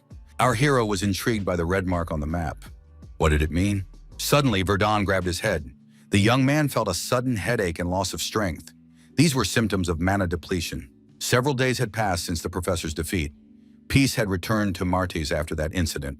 Henry Deeker was furious after confirming the professor's plans and the existence of the underground passage. As a result, the city's knights were put on alert. The troops conducted a thorough inspection of the city and strengthened security measures. The commanders announced that they would search for new passages and close any they found. However, this no longer concerned our hero. Now the young man was preoccupied with injections of stimulants to expand his mana circulation. Thanks to the injections, which affected the capabilities of his body, the protagonist reduced the years of training required for a mage to a few weeks. Verdun decided it was time to move on to the next stage. The young man had reached the middle of the third rank in Verdun's elementary magic system. The boss sitting on the throne asked, "Was the professor really dead?" The man added that he had been thinking about dealing with him for a long time. Now the professor would no longer annoy him. The man said that the professor had been destroyed by the mysterious Asher. He would have to meet him in person. Verdun arrived at the Martis Knights training ground. This place had been marked under the professor's guidance. It was an old abandoned research center. The center was located in a forest on the border of Martis. It was hidden under a massive tree. There was an entrance that could only be accessed after unlocking a mechanical device. Inside, apart from rats and insects, no significant life forms were found. The only thing they managed to find was an emblem in the form of fangs, which the professor had mentioned in his diary. They also found the skin of a mangacap, known for its high physical endurance. There was no information about a group called the Ark, or those involved in breeding non-humans. Nevertheless, the protagonist got his hands on the valuable mangacap skin and managed to prevent a catastrophe in Martis. The young man considered this a good result. Jason said that the mayor was looking for the mage. Diker told our hero that he owed him. Asher replied that it was nothing. The mayor said that thanks to the terrorist plan that Asher had uncovered, they were able to catch the remnants of the group hiding in the city. However, they did not obtain any significant information because all the criminals were madmen manipulated by the notorious professor. Diker said that he had kept the young man's contribution a secret, even though it was significant. The young man agreed because otherwise the citizens would have panicked. Verdun thought that reputation was important, and that he needed to build his own if he wanted to earn money and gain experience. When he was recognized as the mage who saved the city, he would probably have more opportunities as in the territory of Pate. However, the reason the mayor agreed to keep this incident a secret was because it was a repository of rare items. These items were acquired directly by the city or by criminals. Verdun was surprised when he realized that it was a repository of magical items. The young man understood that he could receive a much more valuable reward for his efforts than just money. In this repository, one could find a skillfully crafted mithril sword that could be easily charged with mana. There were also high-quality weapons and magical artifacts. The mayor said they had everything. Asher could take his time and choose what suited him. Verdun thought that there were many opportunities to earn glory, but the chance to obtain such rare magical artifacts was rare. Verdun asked the mayor if he could appraise them. Diker replied that he was impressed because the young man was a mage, but he was able to understand the value of an artifact. Verdun noticed the Staff of Escape, which could increase the speed of spells. Our hero was also interested in the magic cloak, which changed resistance to physical attacks and fire. There was also a ring of restoration, which increased regeneration after injuries. Everything was useful, but there was nothing of personal value to our hero. However, the young man was intrigued by an unusual ring. "What is this?" he asked the mayor. The ring did not respond to appraisal, so it was probably not a magical item. Diker told the young man not to rush, as he had plenty of time. Evening came. The mayor said it was time to make a decision. Verdun showed the necklace of protection and said he had chosen it. It was an automatic mana barrier. The mayor said it was a good choice, but wouldn't the necklace require more mana than creating a barrier by hand? Verdun said that wasn't a problem for him. Diker thought that letting the young man go with just that was a little cruel on his part. The mayor decided to give the mage the ring he had recently been looking at as well. Verdun was surprised. "Am I really allowed to take both items?" The mayor said that he was the hero of this city. Another trinket was just a trifle. Verdun said he planned to stay in the city for a while longer. He needed something very important: the territory of the Viron mine. Workers with pickaxes in their hands were breaking rocks. Suddenly, during the excavation, the workers came across a skull. One of them was frightened. His colleague asked why he was panicking. "Have you never dug up bones before?" The worker replied that it looked very strange in this place. "It seems that something is wrong with this skull. Why does it look intact?" The worker kicked the skull with his foot and said that it would be better that way. His colleague said it was time to grab a pickaxe and get back to work. They had to finish today. One of the workers asked his colleague what was behind him. The man replied that there was nothing behind him. However, the same cracked skull was looming there. The skull made strange noises and glowed unnaturally. Suddenly, undead creatures appeared in the mine and attacked the workers. The frightened workers shouted that they had to leave the mine. However, the undead were armed and the workers were unable to escape to the surface. They were destroyed. After that, rumors began to spread that undead creatures had appeared in the mines of the Viron territory. With the appearance of creatures that could not be destroyed, a state of emergency was declared in Virome. Testimonies spread from survivors who had managed to escape from the mines. The entire territory was plunged into fear. Meanwhile, the tragic story of Viron began to spread by word of mouth. At some point, a messenger from Viron also arrived in Martis. Thus, the news reached our hero. Verdun, experimenting, asked Iris, "Is this an example of a correct magic spell?" The girl confirmed and added that now they had to try to move quickly together with him. It took the young man a whole month to learn this spell. A month had passed since the professor's destruction. All this time, Verdun had been learning magic from Iris. During a practical lesson, when he encountered an orc, our hero practiced the skills increase strength, increase reaction speed, and enhance senses. Verdun jumped over the orc, swung his staff, and activated the barrier spell skill. Our hero had finally reached the level where he could use all these skills in battle. Iris said it was simply incredible. The mage defeated the orc with his bare hands in just 13 seconds. Looking at our hero, Iris thought that this guy could handle anything. Verdun said that these lessons had definitely paid off and thanked the girl. Iris said that Asher was simply amazing. He could have learned all this on his own. Verdun replied that he had no books left and was experiencing stagnation. If it weren't for Iris, he wouldn't have been able to learn spell magic. Iris thought that despite his skills, this young man was modest and handsome. Are there really such wonderful people? He is simply ideal. He has all the advantages. Why is he not interested in romantic relationships at all? Iris asked, "Does Asher have a problem communicating?" The young man turned around and said that he did not have such a problem. Iris thought that he had just read her mind. Asher noticed that everything was written on the girl's face. Iris cried out that there had been a misunderstanding. The head of the Martessa Adventurers Guild, Mr. Oscar, greeted Asher. He said he had a request. Oscar was conducting an investigation when our hero was falsely accused. The reason Oscar was looking for the mage may be that hordes of undead had appeared in the mines near the territory of Viron, which borders Martis. Their numbers were so great that help was needed. Rumor has it that contact with the undead causes curses and diseases, so no adventurer agreed to help. Then Oscar learned that Asher had dealt with the professor and came to him. Verdun didn't really want to get involved, but he was out of money. The protagonist decided to take advantage of this opportunity to improve his reputation, so he agreed. Those watching the mage noted that he also trained in close combat with a staff or spear. Not only did he look good, but he was also in excellent physical shape. Verdun said he had heard strange rumors.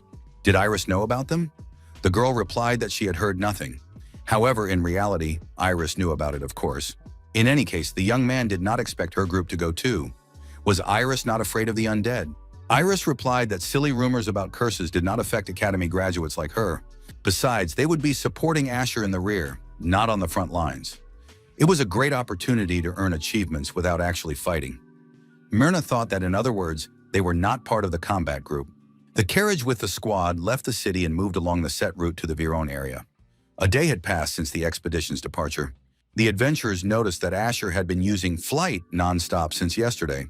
Was everything okay with his mana? Why was he keeping his distance from them? One of the girls asked Iris about her relationship with Asher. They seemed quite close. Iris replied that they were like younger and older friends. During their last mission, their group got into trouble. Then Asher suddenly appeared and saved them. After that, they became closer. The girl asked if they were both graduates of the same academy. Iris replied that this was not the case. Asher was more like a mentor, but the age difference between them was small. Asher suddenly jumped into the carriage and said that a horde of undead had been spotted ahead. It seemed that they were pursuing the inhabitants of the Viron territory. The young man said he was going ahead to help the locals. He flew up into the air and headed in the specified direction. It was still quite far from the area of conflict, but there were too many undead. Verdun decided that this was the perfect opportunity for him. Our hero devoted a whole month to magic, spells, and it. It was time to see the results. Among the treasures the young man stole from the Tower of Magic was a grimoire. Only third-level mages and above can use it. However, even simply opening this book increases the caster's magical power. It is a rare item that all mages desire. Only the master of the magic tower can create it. This requires expensive materials, so only a limited number of grimoires are made. Most of them are already in use, which makes them ineffective. The one our hero brought is an unregistered grimoire of elemental magic. The young man engraved a complex, permanently bound magic circle called Connection in it. Now his first real test after completing his connection with this grimoire is geographical manipulation. After an intense attack, the bones of the undead scattered in different directions. The frightened adventurers also left this location. Verdun used the skills Air Road, Flame, and Double Spell. Then there was an explosion, and the undead were destroyed. Everything was set on fire. The adventurers, watching our hero, noted that he had been using flight since yesterday, and he still had enough energy to use such spells. Verdun thought that the spell he had recorded in the grimoire was an earth element spell. Perhaps it was the result of the combination of the enormous mana of his altered body using superiority over the sky. Iris thought that Asher was already beyond the 4th level. Definitely, these were not the skills of a 3rd level mage. Iris looked back and saw undead approaching her from behind. The girl screamed loudly in fear. Suddenly, a huge warrior in platinum armor with an axe appeared. He destroyed the undead and asked where all his loot was. The warrior said he didn't understand anything. Could someone explain it to him? The warrior asked in surprise why everyone was silent. He repeated the question. Where was his loot? The warrior with a platinum pendant on his chest shouted for an answer, and not to test his patience. Iris immediately realized that she was facing a warrior nicknamed Butcher Galliarch. But why was this man here? The girl replied that all the undead had already fallen under their blows. The butcher was indignant because there were dozens of them. When they were far away from here, a message came about the horde of undead. There must have been quite a few of them, but now he learns that they have all been destroyed. The butcher looked at the mage and thought, could this guy have done all this? The butcher asked the blonde-haired young man if it was his work. Verdun replied in the affirmative. The butcher said it was very rude to answer that way. He came here because he was hired to hunt these undead. The undead were his prey, and this mage simply stole his job. The butcher said that the young man had interfered with his work, so it would be better if he paid him. Verdun, with a glowing staff in his hand, calmly looked into the eyes of this brute. Verdun asked how much the guy thought he should be paid. The butcher noticed that his opponent had suddenly increased the distance between them. He had probably chosen a position for battle, as befits a mage. The butcher was puzzled. Did this young man really intend to fight him? The bully's eyes lit up, and he said that in that case, he was ready to have some fun. The adventurer told the mage not to act foolishly. He would not be able to fight the butcher. Iris also said that this man was dangerous. However, dangerous was an understatement. He was strong and had a violent temper. Several years ago, he got drunk and started a fight in a tavern. He crippled a knight who was simply trying to stop him. Iris said that this was a serious crime. How could a drunk knight cripple a man? The adventurer said that the guild did not punish the butcher at all because they needed such a warrior. Gode, a mage from the Galliarca group, said it would be unreasonable to expect the usual rules to apply to someone like the butcher who has a platinum rank. The guild is well aware of this fact. Nerian, a fighter from the Galliarca group, told Gode to stop explaining everything to them. They had to try to stop the butcher. If their destination was Viron, it could become a real problem in the future. Gode agreed that in that case, they shouldn't make the situation worse. Gode told Galliarch to calm down. These people are probably just carrying out an order from Viron. Gode added that if Galliarch fought, it could lead to big problems in the future. Galliarch noted that they could just kill all these adventurers and say they were ambushed by undead. Gode told our hero that he seemed very confident in his abilities. Gode added that he wants to show this guy his place and used his magical abilities. Verdun realized that magical pressure was being used against him. It seems that this guy is, at best, a 3rd-level mage. The name sounds majestic. Few would argue with that. But it's just a technique in which he releases raw mana. However, it had an effect on some people. Verdun was surprised. Was his opponent really ready to use it in real combat? Verdun looked at his opponent and attacked him energetically in turn. Gode staggered and, unable to stay on his feet, fell to his knees. Galliarch thought, did this guy interrupt the magical pressure and knock Gode out? But Gode is a good mage. Galliarch realized that this guy was much stronger than they had expected. The butcher asked the young man his name. The protagonist replied that his name was Asher. The young man added that they would meet again in Vero. The clash with Galliarch's group ended sooner than expected. The expedition entered the city. Murta's team, tasked with protecting the surviving members of the royal family, was delayed on their way to Viron. By entering into conflict with Galliarch, Verdun incurred the displeasure of part of the group. The next day, Lord Viro, Mr. Farned van Viro, thanked the guests for responding to the call. An order was given to proceed to the mines of Viron. Viron's troops participated in this expedition. The goal was to destroy the suddenly appearing army of the undead. The Order of Loas also took part. A group of adventurers led by Galiarch also set out for the mines. The butcher promised that there would be no casualties among them. Galiarch asked the leader of the detachment, Martis, if he was nervous. The adventurer told Asher not to try to fight the butcher. The young man promised, but only on the condition that the butcher didn't start first. The battle had already begun. The commander said that if the undead had a physical form, it was necessary to aim for the head. If you hit them in the middle, they would regenerate. Priests and mages had to support from the back line. Suddenly, the bloody golem appeared among the opponents. The priest shouted that it was necessary to retreat, otherwise the golem would crush everyone. The commander of the knights said that this golem could not be destroyed with ordinary swords. Galiarch said that the blood golem was perfect for a warm-up and rushed into the attack. With his bare hands, the butcher separated the golem's head from its body. Forned said that he had expected something different from the butcher. The golem was destroyed with a single blow. Galiarch swung his arm and threw the golem's head far away. The monster's bloody head fell at the protagonist's feet. Verdun said that was very rude. The butcher declared that if the young man wasn't going to show his true strength, then what was he doing here? Everything Asher had shown the day before was just tricks. Verdun activated the landscape manipulation skill. The ground beneath their feet shook and began to move. After that, the mage activated the skill Fireball. Iris was frightened and asked what Asher was doing.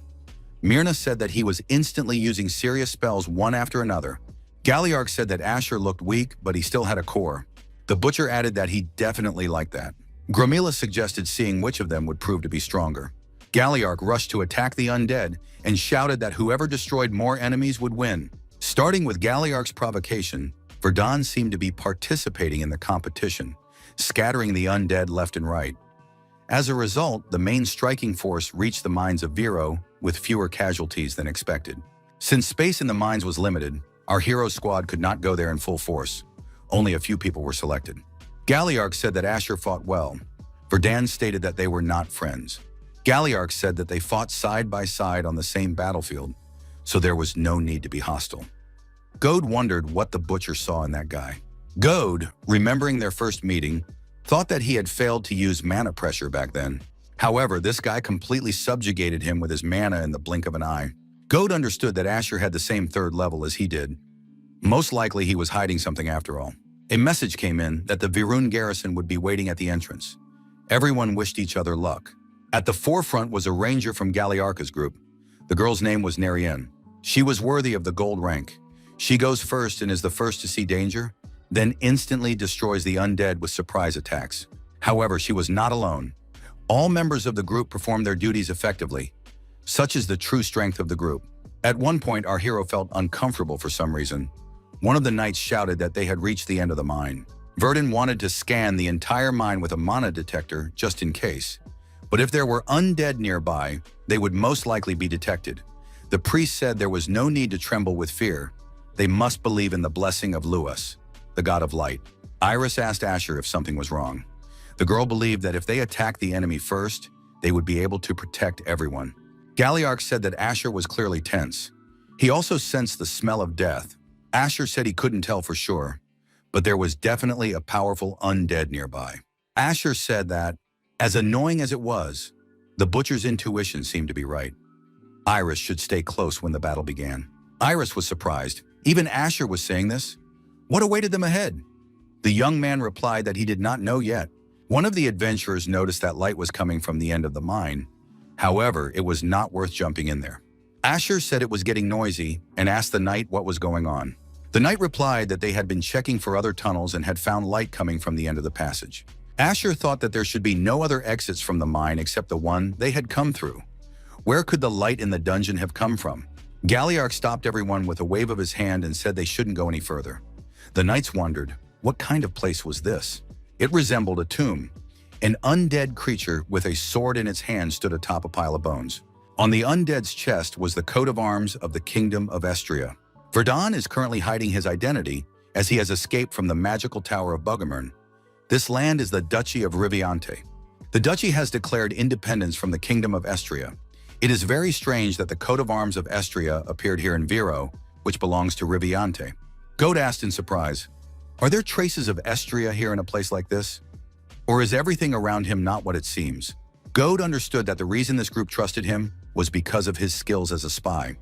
Even Galiarch recognized this. He couldn't afford to make a mistake. Galliarch asked, "If they simply destroy this undead, will the threat disappear?" Goad said he would do it himself. The butcher was naturally surprised. Goad added that there was no need to bother with such simple undead. He would take care of it himself. The priest activated the purification skill and began to recite a prayer. Verdun thought, if it doesn't live as a knight, then they are dealing with a Knight of Doom.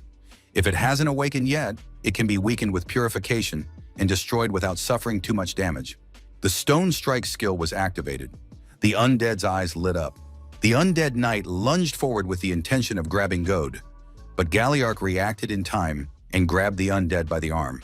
Galliarch clenched his fist and the bones of the undead's hand remained in his hand. The knight himself ran sharply to the side. Galliarch immediately realized that this was no ordinary undead. Could it be the Knight of Doom? The priest said it was a Knight of Mourning. Although weaker than a Knight of Doom as an individual, it had its own strengths. The priest added that these knights can command the undead. Asher said that in that case, their plan was crystal clear. They had to destroy the Knight of Tears. Our hero said that before doing so, he would reshape the landscape in this area to neutralize the enemy's numerical advantage. Galliarch asked what Asher was doing now. Did he really want to fight the undead himself? Asher suggested thinking clearly. When they went down there, each of them would have enough enemies to fight. Asher added that Galliarch would have something to do. The young man added that in the meantime, he would take care of the main monster, the Knight of Tears. Galliarch and the priest found themselves facing huge skeletons.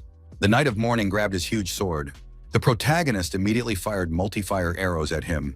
As it turned out, the undead are weak to sacred and fire elements. Next, the double spell skill was activated. The young man prepared a wave of fire arrows and thought this was his chance. The fire spear struck the Knight of Tears. The Knight of Tears continued to resist and threw his sword at his opponent. Verdun was surprised. Even after being hit by the fire spear, his opponent was completely fine and immediately counterattacked. Verdun thought that if he continued to behave this way, he would be completely defenseless against the undead. Verdun activated the Breath of the Glacier skill, and the undead was frozen. Now he was limited in his movements. Verdun decided that if fire didn't help him, he would have to crush this knight with brute force. He activated the skill Earth Spear, a triple throw. His mana concentration was at its maximum. The protagonist looked at his opponent and decided that Earth Spear needed to be returned. Verdun thought that his opponent had managed to parry his blow.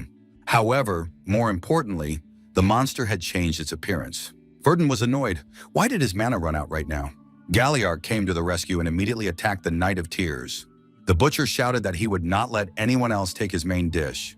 After Galliarch's attack, the undead was destroyed and torn to pieces. The knight thought that the entire group had fought against 3 undead creatures. If Narian with her gold rank hadn't been there, there would have been no chance of survival. Goad said that was a little offensive. Did the knight really think that only Narian was doing anything here? The knight admitted that the mage had also helped. Iris asked if everything was okay now. Myrna pointed upward and said that now was not the time to worry about others. They had to think about how to escape from here. There was no normal way out at the moment. They couldn't reach the ceiling, and they didn't have enough strength to break through the wall.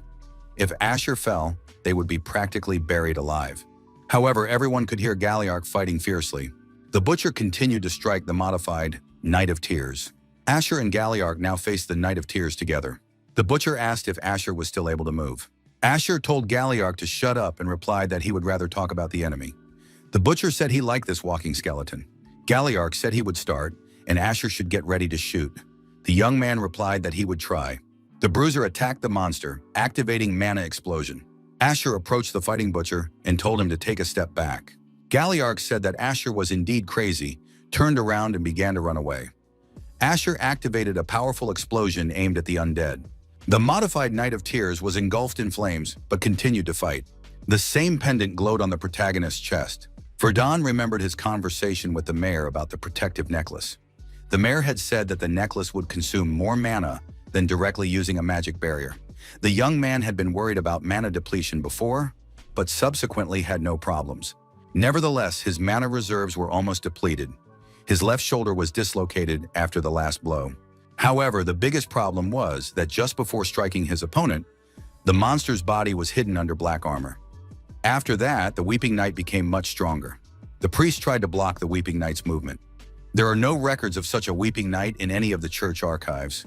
Galliarch jumped to his feet, shouted for the priest to hold on, and rushed to their aid.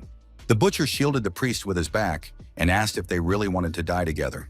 Goad decided that his chance had come. His attention was focused on the enemy. The mage decided to defeat the Weeping Knight with his spells.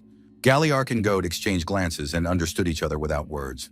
However, Goad was unprepared and, being attacked by his opponent, suffered serious damage. Galliarch counterattacked the Weeping Knight. The priest shouted that the mage needed to be healed. Galliarch asked Asher how much longer he had to wait. The butcher asked if the mage was going to use a powerful spell. How much time did he need to restore his mana? Asher replied that he would be ready in a few seconds. Galliarch shouted that he would break the armor in the place that had been pierced earlier.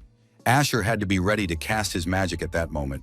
Galliarch shouted that the undead should not move, and dealt a devastating blow to the Knight of Tears. Asher activated his magical abilities, and the attack was successful. Asher and Galliarch realized that their plan had worked. Asher pushed the wounded Galliarch aside and told the monster that he was now his enemy. The young man noticed that the hole in the Knight of Tears' chest had not yet closed. If he concentrated his magic in that spot, he could destroy the monster. Verdun thought that Iris's help would be useful now. Earlier, Asher had told the girl that she had more talent for ice magic. However, she was not yet accustomed to elemental magic. Iris said she would try not to disgrace her teacher. Asher activated the flame and prepared for another attack. He believed that together with Iris, they could win. The young man promised to return to the child no matter how many battles still awaited him. The warrior repeated that he would definitely return to his homeland. He really believed that, but it wasn't entirely up to him. Then he learned something he shouldn't have known. Because of this, all his plans collapsed. He was buried alive. However, he believed that he still had to return. Asher opened his eyes, lying on the ground, and did not understand what was happening to him. Iris and the priest were delighted. Asher had finally woken up. Asher raised himself up on his hands and asked, "Is the battle over?" The priest said that they had won thanks to Asher. Iris said that they had defeated the knight, but then Asher suddenly lost consciousness. The priest suggested that it might be because of the medallion the mage was holding in his hand. He sensed the same spirit in this medallion as in the knight. The priest said that Asher was holding the medallion so tightly that it was impossible to take it away. Considering the aura, it would be best to give the medallion away. Asher pulled his hand away and said he would take care of it himself. The priest said that anything could happen. Asher replied that he was fine, and there should be no problems. Galliarch laughed and said that the loot turned out to be modest. The priest agreed with him. However, what happened to Goad was much more important. Extraordinary measures were taken in time, and he survived. Asher expressed his satisfaction that Goad had survived. After that, he got to his feet. It was decided to return if the cleanup was already complete.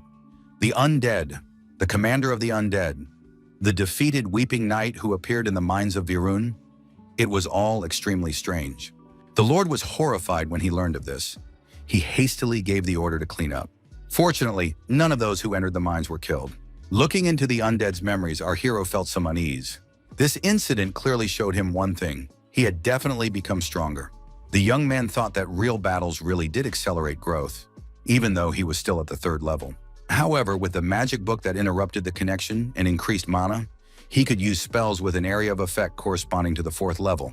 Verdun kept telling himself that if he didn't give up, he would definitely achieve his goal and reach the power level of the head of the Balrog Tower. After all, he had already managed to increase his mana. The priests of the Order of Lewis decided to stay and continue watching the mines. The adventurers returned to their respective areas. Galliarch suggested that Asher was not going to become an adventurer or a mercenary. Was he also heading to Grey? Asher asked what they were talking about. The butcher was surprised. Did Asher not know where Grey was? How was he going to make money in that case? Did he think people would just come to him when he became famous? Asher asked, why not? Galliarch called him naive. Simply put, it's like being a shadow information broker. In Grey, information is bought and sold by those whose skills have been proven. They are also the center that organizes requests. Galliarch said that there are many more such people than the young man thinks. People who do not follow the rules but strive for money and fame. Asher asked why Galliarch was telling him this. The big guy replied that they had gone through the flames of battle together and had become comrades in arms.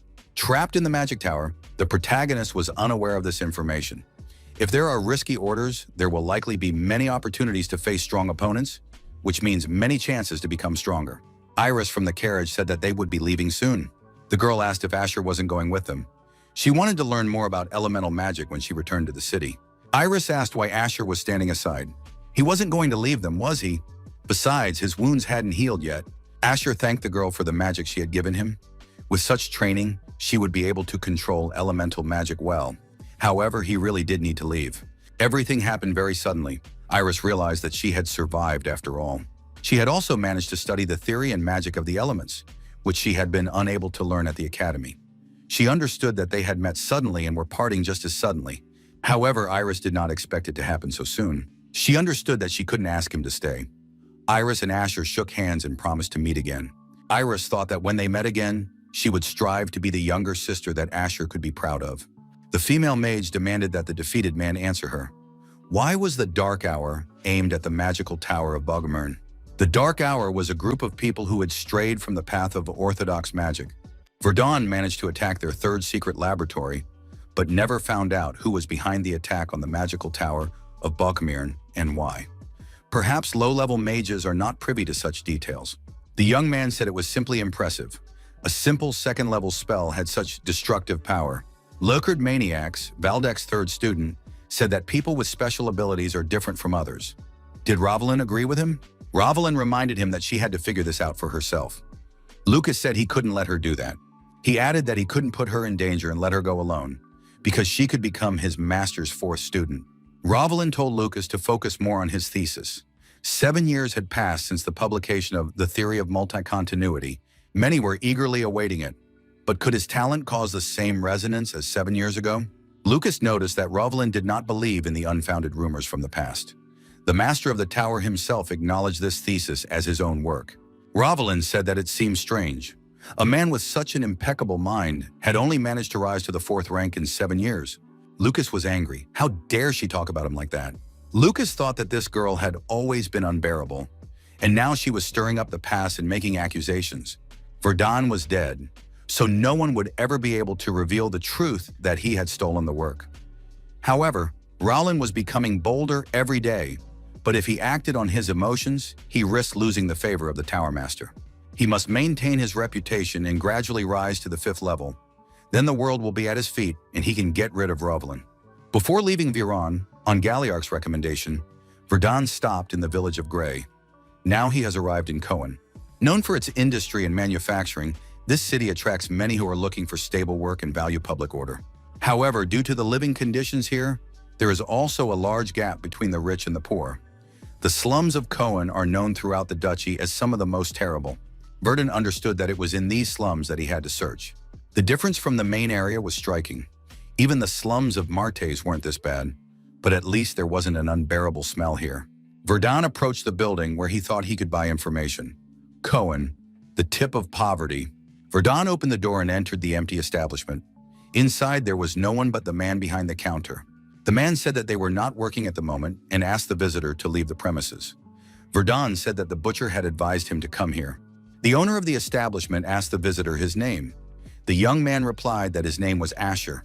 The man said that the young man looked exactly as he had been described. Since the young man had come on the recommendation of the butcher, formalities would be omitted. The visitor had to go through this door, and then he would find himself underground. The man warned the young man not to cause any trouble if he didn't want them both to get very busy. Verdun descended the stairs and found himself in a storage room. Then the young man entered an underground tavern. The man accompanying him was completely covered in bandages that hid his body. Verdun determined that there were 2 mages, an archer, and 2 swordsmen in the tavern. It seemed that they were all there either to find work or to learn something useful for themselves. A man approached our hero and said he was pleased to meet him. The man introduced himself. His name was Pale, and he was an information dealer in the southern regions. Pale noted that Asher's achievements since arriving in Pate in such a short time were simply impressive. The young man wondered if he had been followed. Pale asked what Asher needed, work or information. The young man replied that he was interested in everything. Pale said that he could arrange an order for the young man. Pale added that information and orders were divided into levels. Our hero found this strange. Why divide them into levels? Pale explained that the value and distribution of information always come with responsibility. As a trader, he risks his life. Therefore, they assess trust, dignity, and abilities. Pale noted that there are no exceptions to the assessment system. Verdun thought that information about the treasures from the Magic Tower was not yet available to him. But he needed money, so he could take an order, raise his level, and gain access to it. The young man asked if he could choose the assignment himself. Pyle said he would provide several options to choose from, but first he had to fill out a questionnaire. Pale suggested that Asher was more inclined toward research than simply swinging a sword. Pale said they had one assignment that would be perfect for the young man. It was not very different from Asher's previous journeys, in which he hunted dangerous creatures. Asher reviewed the assignment and asked if it involved subjugating a half-human. Pyle said that they did have such assignments, but not this time. Pale clarified that the target this time would be a howling wolf. Subduing demonic beasts. Usually such requests come to the guild from an entire country or feudal domain. This immediately reveals the relationship between the country and the guild. This method also helps the country cope with possible damage. Sometimes a feudal lord or ruler directly defeats demonic animals with the help of their troops. In this case, the materials obtained during the battle belong entirely to the initiator of the military campaign, and the guild responsible for distributing information about monsters receives nothing. However, such actions soon lead to the appearance of even more monsters. Without sufficient troops, the domain turns into a lair of monsters. Therefore, unless it is an emergency, it is the guild that has the right of first intervention in matters related to the destruction of monsters. However, the customer always wants to secure the most valuable materials for themselves. The vocal cords of the lowest wolf also fall into this category. Thus, in the end, it is Grey's information merchants who are able to satisfy the appetites of such lords and rulers. After that, the young man accepts requests from such information traders and resolves all issues. He was currently working on fulfilling one of these requests. At the edge of the forest lay the bloodied body of a huge wolf. People approached it. Pale said that the guild had done an impeccable job. Pale looked ahead and saw that not just one individual had been destroyed, but an entire pack. It seemed that this was not a typical third level. The ordinary creatures had been destroyed by large-scale attacks. Now the target was the lowest level wolf. It was being destroyed slowly and thoroughly so as not to damage its vocal cords. The man noted that the hunt had ended 2 days earlier than promised, and the quality of the vocal cords was first class. He added that he was satisfied with everything and that the order could be considered complete. Pale said that they had obtained a sharp arrowhead. The master asked the young man if he liked the set he had made. Asher replied that he liked the new purchase. The young man added that he had come to the right place. Upon arriving in Cohen, Verdun commissioned a workshop to make armor from Mabat's skin. Verdun asked the master if he could order a set consisting of upper and lower parts. The protagonist also asked the craftsman to restore the ring he had received in Martis. The craftsman said that the ring was a magical artifact and that it was not a simple restoration. The young man took the ring in his hands and felt emotions. The damage was so severe that he couldn't tell what effect the ring had, but it was definitely a magical item. After that, the protagonist stayed in Koken and began receiving requests from Pale. Pale gave orders, Verdun carried out the tasks and received rewards. The requests ranged from capturing wanted criminals and fighting bandits to raiding illegal slave traders. A whole month had passed since the young man arrived in Cohen. Although the ring had been restored, the effect of this artifact remained a mystery to him. Verdun decided that the problem could not be fixed in the workshop and decided to repair it himself. A girl with an ice cream cone in her hand ran past the young man. She stumbled and almost fell. Our hero managed to catch her. The girl's grandmother approached the young man and said that her granddaughter had probably caused him trouble. Verdun replied that everything was fine. He added that the little girl was fine and that he would be on his way. The elderly woman noted that the young man had acted very nobly and that her granddaughter was unharmed. She couldn't let him leave empty-handed. The woman added that although it was not a large reward, it would be useful to the young man. The girl said that her grandmother was very good at predictions. Verdun said he was ready to try once and sat down in front of the woman. The old woman said that she would now see what fate had in store for the handsome magician. The protagonist did not believe in such superstitions. Verdun asked the woman what the cards were saying. The fortune teller said that the young man should continue to live as he was living now. Verdun thanked the woman and said it was time for him to leave. The granddaughter asked her grandmother what cards had been dealt to the magician. The woman replied, "The man means life, the reaper means death, the god means birth." All the cards are in reverse order, symbolizing chaos and a departure from the original destiny. Verdun decided to fix the ring himself, but did not expect to make any progress. In chaos, there are no problems for the future. The young man decided to try for a few more days, but if nothing worked, he would have to turn to a specialist, someone with infinite potential. There was still hope that this potential would not bring darkness into the world. The man looked at the sky and wondered, what kind of star is that? He had been studying astrology for a long time, but he had never seen such a star before. Its meaning was impossible to decipher, and it influenced other stars. The star, which should have fallen long ago, remained in the sky. The fate that was not supposed to disappear evaporated like smoke. The man with the ring on his hand prayed that star at the edge of the sky would not distort his destiny. After checking the map hidden in the ring, our hero left Cohen and began to move towards the Barred Mountains. The young man set off on a 3-week journey without telling Peel anything about it, as he had no idea where the ring was pointing. Fearing that unwanted people might follow him, the young man traveled by cart or on foot without using magic. Verdun emerged from the forest, looked ahead, and was surprised to see a small town below. The young man thought that his first goal was the nearby forest, so it would be worth hiring a hunter familiar with the area as a guide. Our hero passed by 3 people wearing hoods. Among them was a girl who took an interest in the young man. She said he was just her type. The girl asked the older man if she could leave for a moment. Carden said that she was at it again. The young man told Ferris to be quiet. Until they completed their mission, personal movements were prohibited. The girl asked for just this one time. Carden said that after the mission was complete, Ferris could do whatever she wanted. They needed to find the traitor as soon as possible and destroy him. A man passing by overheard the conversation. He indignantly asked why these people were loitering around and talking about some kind of destruction. Carden replied that Ferris had been very talkative, and now they would have to eliminate this man as well. 4 days later in the forest near the Barred Mountains, Verdun was warming himself by the fire. The young man couldn't believe that he had been wandering for so many days without achieving anything. The hunter he had taken with him as a guide was exhausted. No matter how much the young man checked the surroundings with his magical senses, he couldn't find anything. Maybe it was time to turn everything upside down. Verdun noticed that after a certain number of meters, trees with a different bark color began to grow. What was the reason for this? Until now, the young man had often flown over them, but had never paid any attention to this. Verdun tried to look at everything from a new perspective. After that, he understood why he hadn't been able to find anything before. The entire forest was a huge magical circle of concealment. Who had set up a barrier of this level? Was the tree in the center of the forest the core of the magic circle? The young man decided to set a time interval of 1 hour. Verdun assumed that he would be able to destroy the magic circle during that time. The old man came to his senses and noticed with surprise that he had passed out again. The man drank the red liquid again. He said that even this potion was now having little effect. However, it was still tolerable. Someone appeared behind him and said that the time would soon come when the world would change. The old man asked in fear who he was. Had he been sent from the dark hour? Verdun appeared in the room.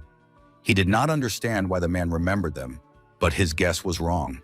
The young man said that he had come here following the instructions of his ring. The old man saw the ring, said it was crescent, and immediately began coughing up blood. After recovering a little, the man asked where the young man got the ring. Verdun understood that this was no ordinary old man. It was obvious from the fact that a high-level, large-scale magic circle of concealment had been set up in the forest. The old man was somehow connected to this ring. He must remain vigilant. The young man asked why the old man was here. The old man said that the boy was very cautious, and he liked that. He agreed to tell the young man about the ring. The man asked how the young man was able to overcome the barrier, since most of the dozens of entrances were traps. Verdun said that he destroyed the magic circle in 4 hours. The man was surprised.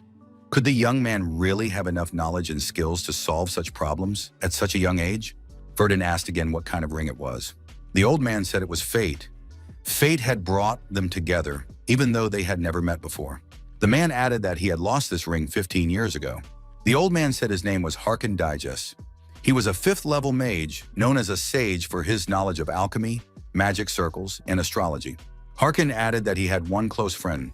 He had reached the 6th level and proposed founding a society for the study of magic. Thus, the Dark Hour was born. The group started with 8 people, but within a few years there were more than 100. The world both admired and feared them. This was not surprising, as they possessed the power to crush a small country in a full-scale war. Harkin said that his friend did not lead the Dark Hour down that path. Even though they had more work than before, they were still a gathering of student magicians. This continued until his friend died. His friend was destroyed by their student, whom they had raised together.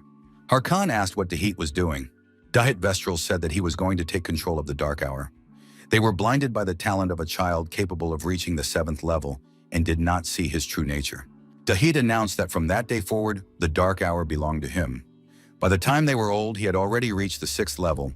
Most of the members of the Dark Hour were killed or seriously injured by Dahit or his followers. Harkin added that he managed to escape and save his life, but all his mana channels were severed. The old man noted that over the years his desire for revenge had not diminished in the slightest, and today this young man had come to him. Verdun asked if the evil deeds of the current dark hour were not connected to Harkin. The old man said that thanks to his skills as an astrologer, he was able to foresee the future, but he could not see such events. Harkin added that he had no choice but to wait because Crescent was the second ring of the pair. It had been lost and was supposed to bring here the one who was destined to save this world from great evil. Verdun said that work of this magnitude should be rewarded with a corresponding price. But what could Harkin offer him? The old man said that if the young man promised to do his will, he would give him everything he had achieved so far. The protagonist found this hard to believe. Was the old man really willing to share all his knowledge? He still faced the wrath of Balrog Besias from the magical tower of Bogomern. It was a matter of personal grievance and revenge. However, the emphasis now was on peace, which was more important than his own revenge on those who had betrayed him. Verdun asked what the old man meant when he spoke of his achievements.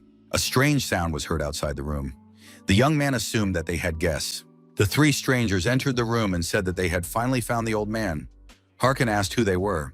The man asked the old man if he was Harkin Digest, the traitor of the Dark Hour. The old man asked angrily if Dahid had sent them. The hooded man told the old man to show respect when he uttered that name. Harkin said that this was unheard of insolence, because he was the teacher of that scoundrel. How could they destroy his barrier? Had Dahid himself come here? The man said that they had found the old man using an artifact to track mana. Harkin asked why they were looking for him, since so much time had passed. Carden said that the magical tower of Bogomern had recently been destroyed. Many mages had died in the process. There had never been such a catastrophe in the history of magic. Carden added that someone had brazenly accused them of what had happened. Therefore, a squad of assassins sent by the head of the magic tower was relentlessly pursuing the Dark Hour. The leader of the uninvited guests said that Mr. Dat believed it was the work of his personal enemy. The old man's name came up among the suspects. Would Harkin admit his involvement? The old man laughed. If he had the power to destroy an entire magic tower, Dahid would have been dead long ago. Verdun, who had been silent all this time, activated the triple spell. The fire wave of arrows was released, and the wind cutter and ice spike were activated. The protagonist did not understand what was happening, but now the magic tower was fighting the Dark Hour. If the people of Bogomern looked the other way, it would only play into his hands. Carden was surprised. Did Harkin really have a student? His colleague replied that he had not heard about it. In any case, they just needed to eliminate everyone, and that would be the end of it. Ferris said she could add him to her collection. The girl added that this face was perfect for her collection. At that moment, the fire skill was activated. Verdun realized that if a wall of fire was used against him, it meant that it was 4th level magic. The attackers were surprised. Did this young man really know high-level elemental spells? The others used wind and telekinesis. It turns out that this guy looks like Ma, who is in the middle of the 4th level. Ferris said she would give him a passionate embrace. Verdun pushed the girl aside and said he would refuse her offer. The skill, landscape manipulation, was activated. Carden was surprised. This guy uses a triple spell and also activates other attributes. But judging by the spells, his abilities are at best mid-level or upper-level, 3rd level. Ferris didn't understand why her suppression didn't work on this guy. Verdun counterattacked using fire magic. Ferris jumped aside in fear. Verdun lunged at the girl and grabbed her by the throat. Carden was surprised. Could 3rd level magic really break through the 4th level magic? What's more, he was using Ferris as a shield. Verdun understood that his opponents had numerical superiority. Ferris was outraged. How dare he treat her so roughly? Verdun activated Stone Wall and hid behind it from his opponents. Carden didn't understand how a traditional spell like landscape manipulation could be used with such power. Carden said that it was difficult for him to fight while protecting his comrades. Ferris shouted that she would finish him off herself. Verdun told Harkin to hide in another room. It was difficult to fight while protecting him. The old man admitted that the young man was doing well. Harkin asked our hero if he had mastered the magic of flight. An explosion was activated. After it, thick smoke appeared. Harkin and Verdun decided to leave the battlefield. The old man pointed in the direction of travel and told the young man to fly there. Verdun changed locations and landed near a small cave. The young man asked what this place was. In the cave, the old man ran to a cabinet built into the wall. The old man said that the one who had gone beyond the limits of magic and begun to forge his own path was a true magician. Harkin took a bottle of liquid out of the cabinet and handed it to the young man. Verdun asked what it was. Among magicians, Harkin is the great magician, and this very great magician ground up a rare herb and created a masterpiece that stood for 5,000 days, illuminated by the light of the moon and stars. Harkin said that if the young man drank it, he would gain a power that had never existed before. It would touch an area where no ordinary magician had ever set foot. Harkin warned that there were no side effects. If it was not the young man's destiny, nothing would happen. The old man added that there was little time left. He would not ask for sympathy or beg for wishes. The young man simply had to take this elixir. Harkin said that he only wanted to see what fate had in store for the young man. Verdun felt a strange and unfamiliar mana. He had the great mage's creation in his hand. The young man thought that the old man had no reason to harm him, so he could be trusted. Verdun said that there was no such thing as predetermined fate in this world.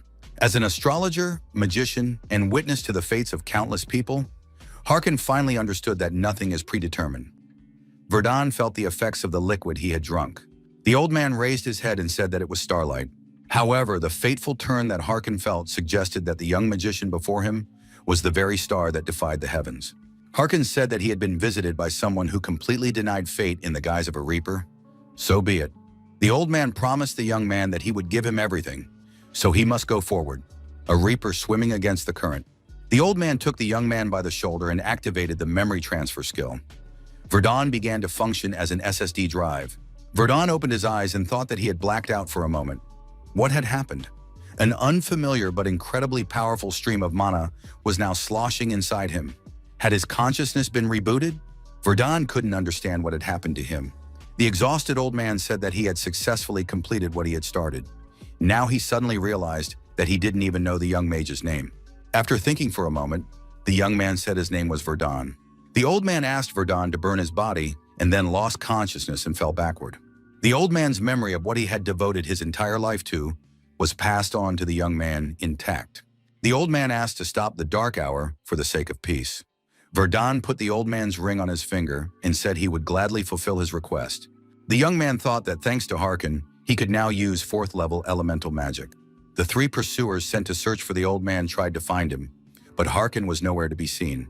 There was no response from Manu either. Cardin thought that the compass had also stopped responding. Could Harkin have died? In any case, his body had to be found.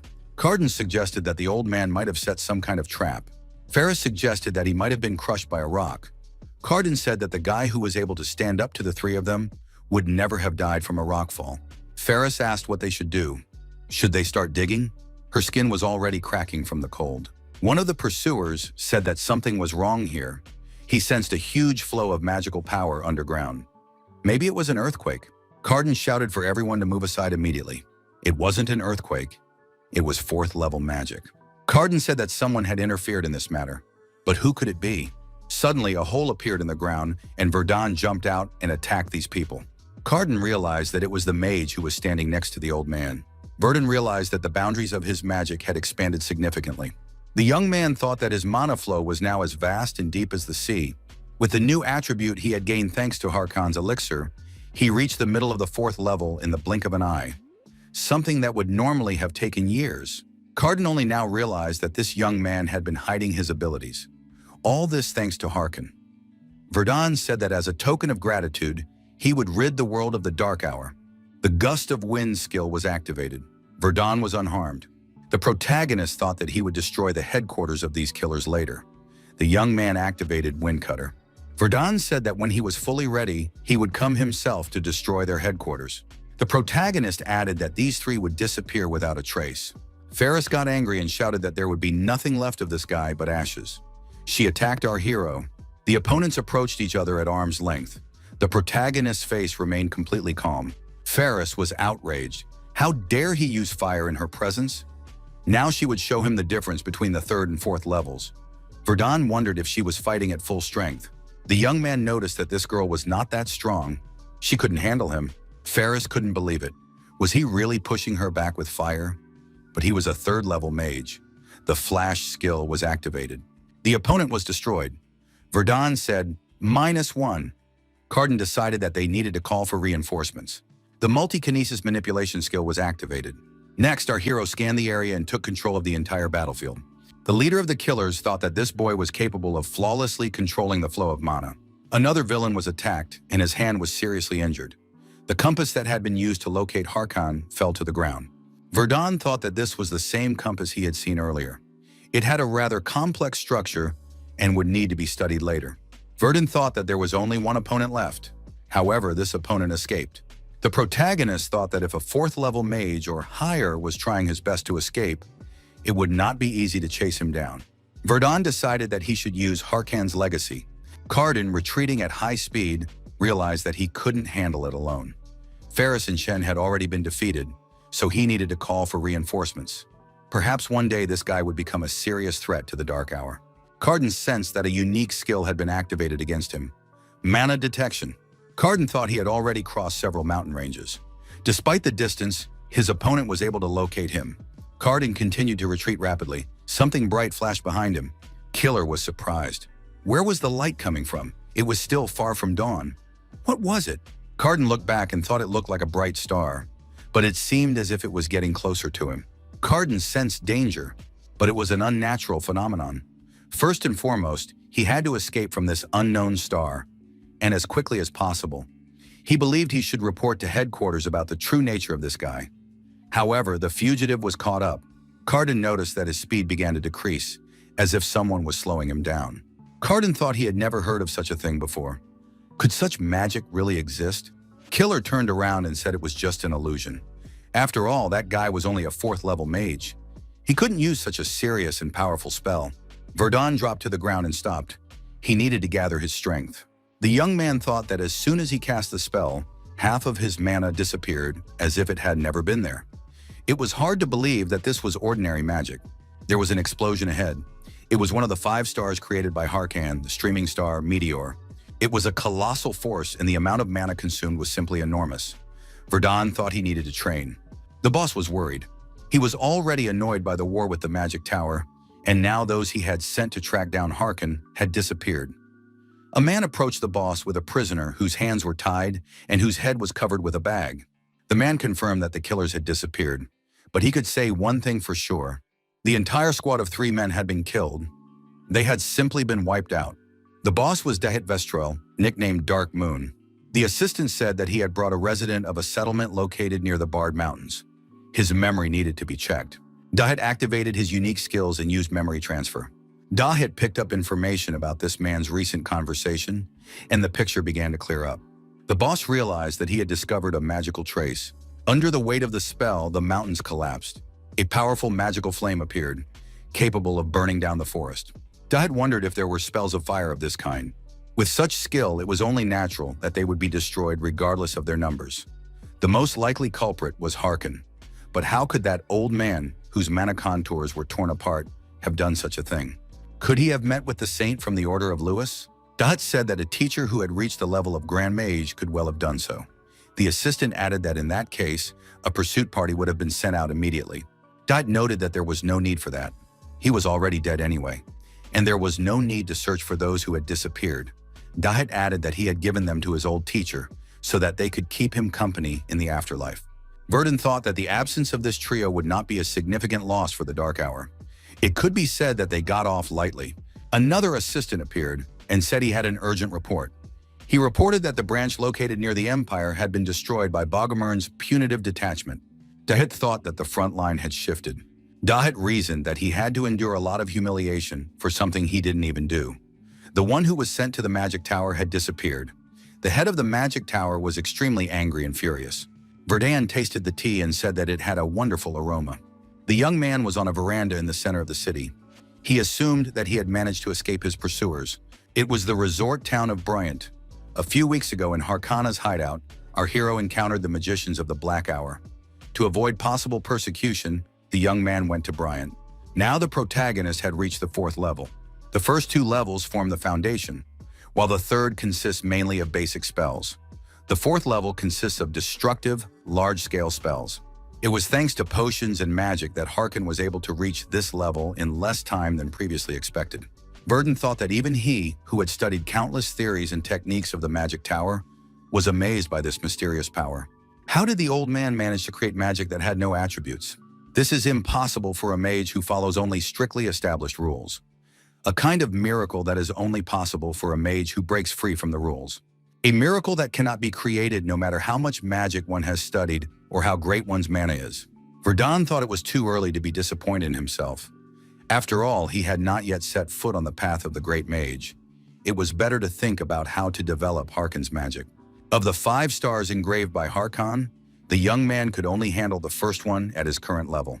And even that took too much mana. Verdun thought that the power of this weapon was enormous, but it was difficult to use in real combat. It would be better if one massive star could be divided into several smaller ones. It was also necessary to disassemble the Dark Hour compass. Verdun realized that he had too much to do and didn't know where to start. The protagonist said that it was time to repair the equipment. It was worth doing this first. The young man went to the city in search of a good smithy. He saw the building of the Khan Trade Guild in front of him. Maybe that would help him. Asher was greeted with open arms and called a benefactor. The man told him to come in. The best tea and drinks would be prepared for him. Later, they would discuss what goods the young man was interested in. Verdun thought that this was indeed a relative of Conrad. Just as talkative, Verdun said he would like to purchase magical items. The man inquired, "Are we talking about magical items? Not only nobles come here, but also adventure seekers. Therefore, there is a wide selection of equipment and accessories. What is the young man interested in?" Asher said he was interested in a custom-made product. The man replied that there was such a craftsman, but there was one problem. This craftsman's skill was beyond question. However, he was a drunkard and a gambler, a real compulsive gambler. Recently, he had been pursued for his debts. The frightened craftsman told his creditor that he had no way to pay his bills. The creditor asked if he should not start working immediately. 8 million would not just fall from the sky. The creditor added that if this guy hadn't blown all his money at the mountain house in the first place, he would never have been in debt. What would the debtor do now, having had to travel such a long way because of him alone? Suddenly, a wad of cash fell to the floor, and someone's voice told them to stop. Verdun said he was ready to pay the 8 million debt. The creditor was indignant. Did someone allow this boy to interfere in a conversation between adults? The man told his assistants to take the money from the boy and teach him some manners. Suddenly, the man shouted for the men to stop. The assistants were surprised. What was going on with their boss? Did he know this kid? When the young man was a child in Brienta, which at that time was a city of crime, a frail-looking magician appeared. However, appearances were deceiving. Everyone who crossed paths with this magician paid with their lives. Now he decided to show how he managed to survive. The man knelt before the protagonist and asked for forgiveness. He claimed that he had no idea that this young man was a mage. The creditor said he was asking for the debt and nothing more. Verdun was surprised because he hadn't done anything yet. The creditor and his men said they were done and were leaving. He wished the protagonist a long and healthy life. The master asked the young man who he was. Asher said that he had been recommended by the Conrad Trade Guild. The young man added that he would like to order a product. Asher reached out to the frightened master and asked if this was possible. The master agreed. Asher warned that he would deduct 8 million from the commission fee. A few days after this incident, the young man thought that the Dark Hour compass was an ingenious device created with the help of magical power. All mana has the property of returning to its owner.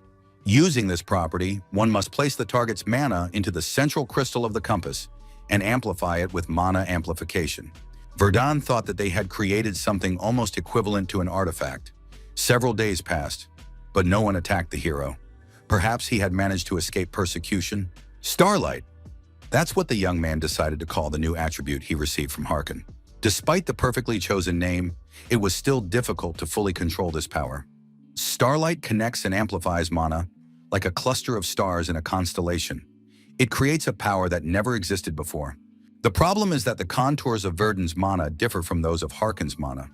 Due to slight differences in Harkin's pattern, it is recognized as a different pattern, causing the spell to behave unpredictably, leading to unexpected results. Verdun thought there was no need to rush. Now that the magical artifact was almost complete, he would soon be able to leave this place. A man approached the young man and said he had been looking for him everywhere. Verdun was surprised because he hadn't noticed the man approaching. The stranger ordered himself a cup of coffee. The man apologized for not introducing himself in a timely manner. It was Rissner. He was here on behalf of the Ark. The young man was surprised. Could it be that the Ark, which was the opposite of the professor's project with his non-humans, had come to him? Rissner stated that he was not here to harm the young man. Asher asked why the representative of the Ark had come here. Renor asked, "Isn't the enemy of my enemy my friend?" Renor reminded him that the young man's elimination of the professor was only to their advantage. Therefore, to ensure that the information did not fall into the hands of their organization, called Gluttony, they followed the young man and covered their tracks. Reznor said that this could be considered a gesture of gratitude. Although there were moments when they lost track of the young man because of his unpredictable actions, Asher sensed a foreign presence in the air and told Reznor to be quiet for a moment. The protagonist said he didn't know how these people managed to catch up with him, but he wanted to make one thing clear: they should never follow him again. He found it extremely unpleasant. Reznor promised not to do it again. Reznor apologized and said that they would no longer follow him secretly. Now that they had sorted that out, he could tell them why he had come here. Reznor said that the Ark is quite friendly toward the young man because his actions impress everyone, including the elimination of the professor. Reznor added that he wanted to talk about their ideology. Gluttony seeks human evolution through consumption, but the Ark has different views on this. Humanity becomes stronger through trials, adaptation, and evolution through hardship. This is the essence of the Ark's philosophy. Reznor noted that they had been watching the young man since he first showed himself. They saw that he was the embodiment of their ideal. The man said that in light of this, they wanted to offer the young man a job. Asher said he refused. Verdun noted that Reznor had come here not only because their ideology matched his beliefs. Reznor handed the young man a box and said it was a token of gratitude for eliminating the professor. Inside the box was a high-quality item from the Restoration series. It was a restoration bracelet. The young man said it was too generous a gift. Was he really that important to them? Reznor confirmed that it was important, but most of all, they wanted to maintain a friendly relationship with the young man. Verdun asked why the Ark and Gluttony were enemies. His interlocutor said that their ideologies were moving in different directions. Gluttony rejects the old humanity in favor of the new, which they call neo-humans. Meanwhile, the Ark seeks to find and nurture those who will lead humanity through numerous trials. Because of this fundamental difference, they have always been at odds. Reznor rose from the table. He said he had done what he came here to do, so now it was time for him to take his leave. The man said that if Asher ever became interested in the Ark, he could come to Lorien in the northwest of the country within a month. Lorien was a city that bordered the Forest of Demons. Runes are magical symbols that contain mana. The effects of runes vary depending on their arrangement. It was an ancient magical crafting technology, far more advanced than anything modern science could create. Although research has been ongoing for over 100 years, there is only one reason why they have not been introduced into everyday use. No one has been able to reproduce the process of engraving runic symbols. At best, people can only awaken runes that have already been engraved. Verdun placed a ring with runes in front of him. The young man intends to print the ring on which the runes are engraved. Pale said that he had been wondering for a long time why Asher was not there. Could it be that the young man wanted to study runes? After meeting with Reznor, Verdun briefly stopped by Cohen. Now that the young man had reached the fourth circle, he would need new things: a blue mithril staff and a mage's cloak. In other words, it was time to use the treasures he had taken from the magic tower. But since materials and expenses were still a problem, the young man put it off. When creating the orb, it was necessary to use the breath of the elements and the magic crystal. Among the items already linked to the grimoire, there was one last treasure left. The first task was to unlock the Ring of Runes. Verdun thought that first of all, he would try to find information by asking everyone he could. But now he had a place where he could find out a lot. Pale said that they, of course, had information about runes. Pale added that he knew someone who knew the location of a rune specialist. Asher asked how he could meet with the specialist in person. Pale replied that there would be no meeting. Artifacts with runes are rare. Runic research is not a particularly lucrative pursuit. Most of those who study runes do so as a hobby. Pale noted that Asher had received a special request that could help in this matter.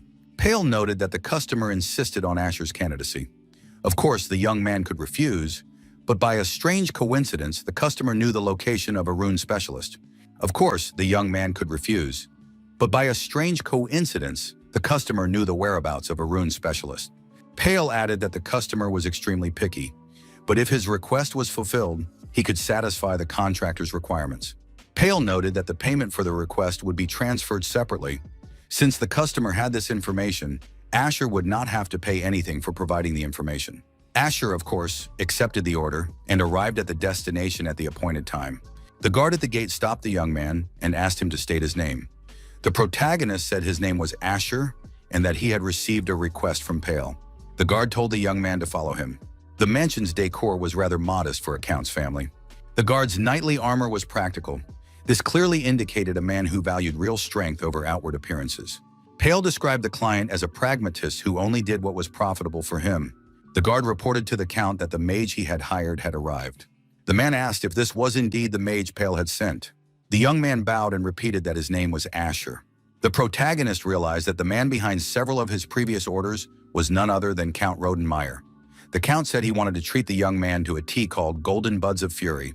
This tea was difficult to prepare and even more difficult to obtain. It could not be drunk just whenever one felt like it. The young man had to take advantage of this opportunity. It had been a long time since our hero had smelled this aroma. The head of the magic tower and his minions often drank this tea, so our hero knew how to prepare and consume it. Since the aroma goes well with sweets, sugar should be added. The count was surprised. Did this young man really have such refined tastes? Asher replied that it was nothing to boast about. Meyer noted that the young man was very modest and unlike the useless mercenaries who roamed the streets. After tea, the count suggested they get down to business. Rodan Meyer said that he had an assistant, Baron Balon, who had recently been sent on a mission. He had even received word that the task had been completed. The detachment should have returned long ago, but neither the Baron nor his night bodyguards had shown up. The count said that he had already sent out a search party, but something had gone wrong. Therefore, despite the considerable expense, he planned to deploy additional troops immediately. In such situations, he trusted his intuition, which had never failed him. The count noted that he had sufficient forces, but this was a search operation, and therefore required the presence of specialists with extensive experience in such tasks. That was why he had summoned Asher. This means that he highly values the young man's abilities, considering how he has performed all previous requests. Verdun understood that he was under the influence of the mana detection spell. The count said that the young man would join the second search group, led by the commander of the knightly order. They had to leave that evening. Asher asked if he could act independently. Rodenmeyer replied that the young man should work with the others whenever possible. If it was difficult, he could take the initiative. However, if he returned empty-handed, he would not be paid. Verdun said he had one more question about the request. The count asked again, was it about a rune specialist? The count noticed that this man had been standing behind him for some time. This was Runic the scribe. In his youth, he had worked as a rune researcher for a long time. The count said that the young men could talk alone and left the room. Ronic asked if the young man was the same Mr. Asher. He was ready to explain everything he knew about runes. Asher showed him the ring and asked Runic to help him with these particular runes. Runic was surprised. How did the young man get a runic ring? After all, it was a valuable item. Asher asked if his interlocutor could restore the magic of the runes engraved on the ring. If he succeeded, he was willing to pay a considerable sum, even in cryptocurrency. Runic said that restoration was not that difficult. No additional materials or fees were required. The man examined the ring carefully and said that it was called Superior. The ring amplifies all of the wearer's senses. The effect is immediate upon use. It is an item that is always active. Runic noted that in this case, all senses can become confused. If the young man is not careful, the heightened sensations can cause him to lose consciousness. He will not be able to stand on his feet. Even if Asher trained his body, the risk was high. But that didn't mean there was no way. Asher suggested that Runic engrave the ring's rune directly into his mana channel. Runic said it was suicide. Even if the young man survived, he could be crippled, and his mana channels would be destroyed. Runic noted that the young man's gaze was full of determination. If he failed, it would mean the destruction of the count's guest. But as a researcher, he wanted to try transferring runes to a human body. Runic said that the young man had been warned and proceeded directly to the transfer process. Contrary to fears, the young man reached the 4th level. Even if something went wrong, there was nothing insurmountable. Ever since Verdun left the magic tower, he had been ready for this. Verdun clearly felt every movement around him and the flow of mana inside his body. The young man's feelings raged uncontrollably. It seemed to him that he was going crazy again and again. The knights entered the city through the central gate. The young man informed Commander Balkan that the first search party had left their horses here and had not yet returned from their expedition. This was more than strange. The old man said that if the knight intended to enter the forest, it would be better to abandon the idea. The commander of the knights asked how the old man knew about this. The old man replied that he did not know exactly what was going on, but that the forest was restless. Animals and half-humans trembled with fear.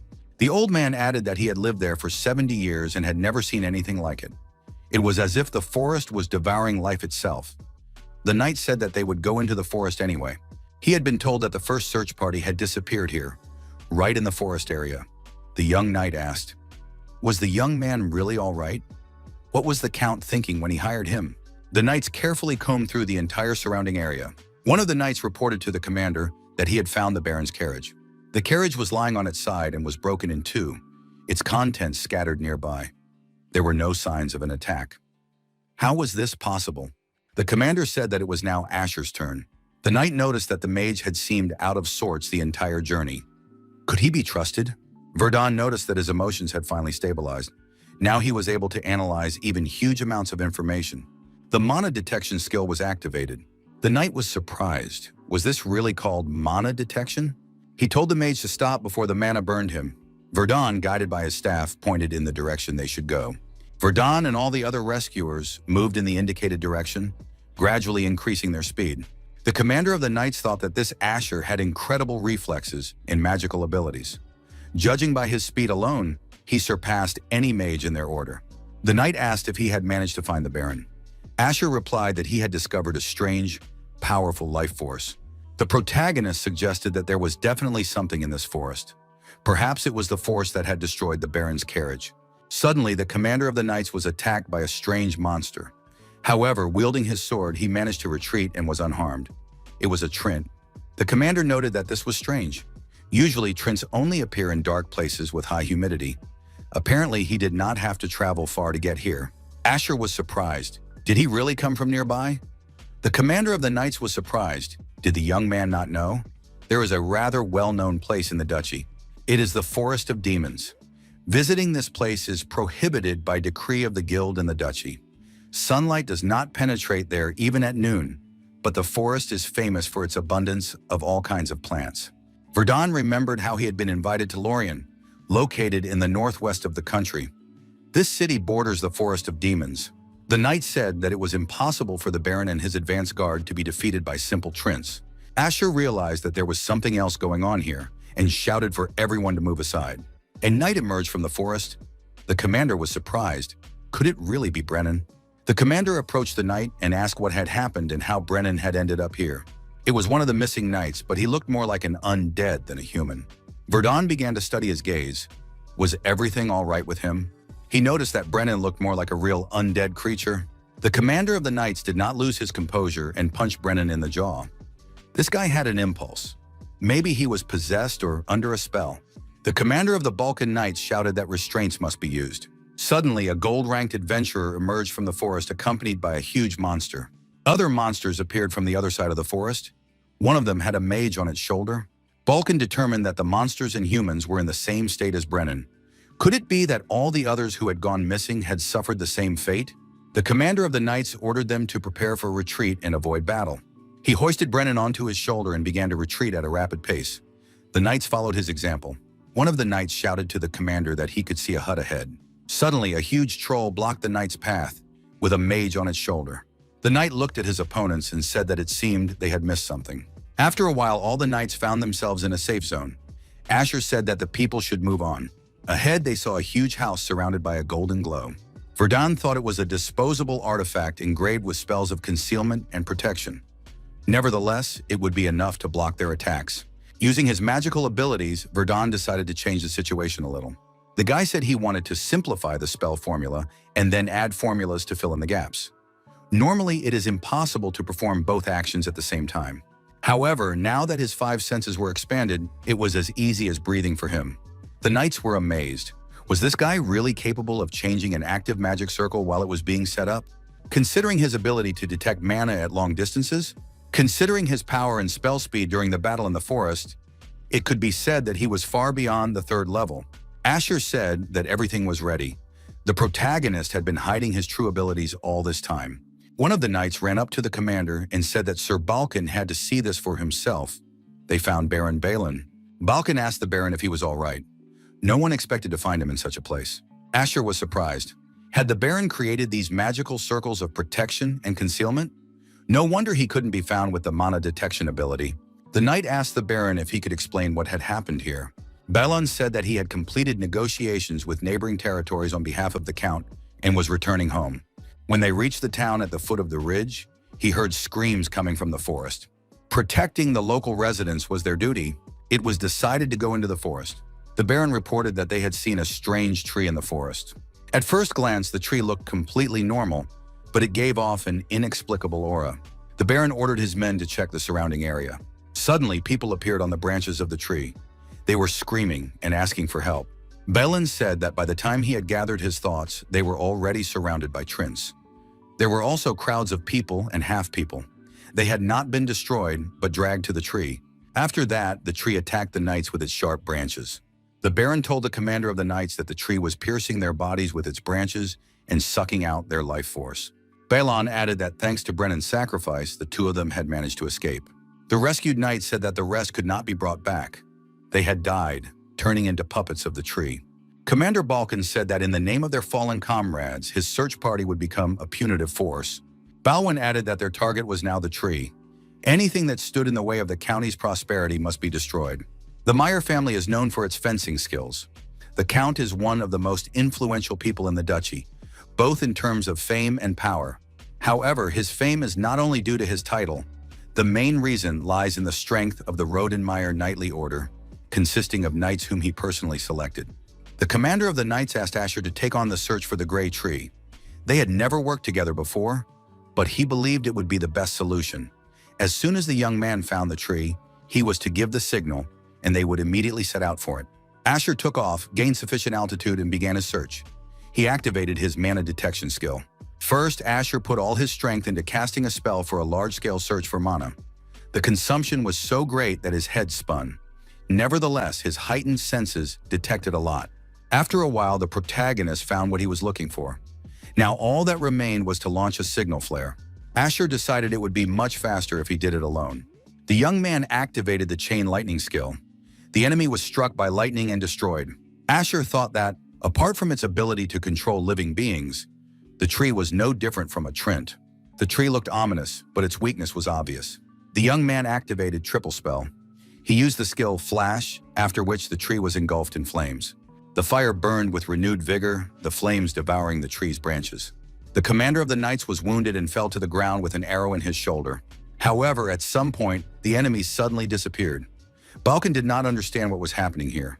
A flash appeared far away in the sky. Balkan assumed that Asher had managed on his own. The young man had indeed finished faster than expected. However, a mutated creature slipped out of the fire from the place where the burnt tree had previously stood. Apparently, it had been parasitizing on the Grey Tree. The young man experienced the same ominous and frightening feeling he had felt earlier when he saw the Grey Tree. Now the condensed aura was hundreds of times stronger.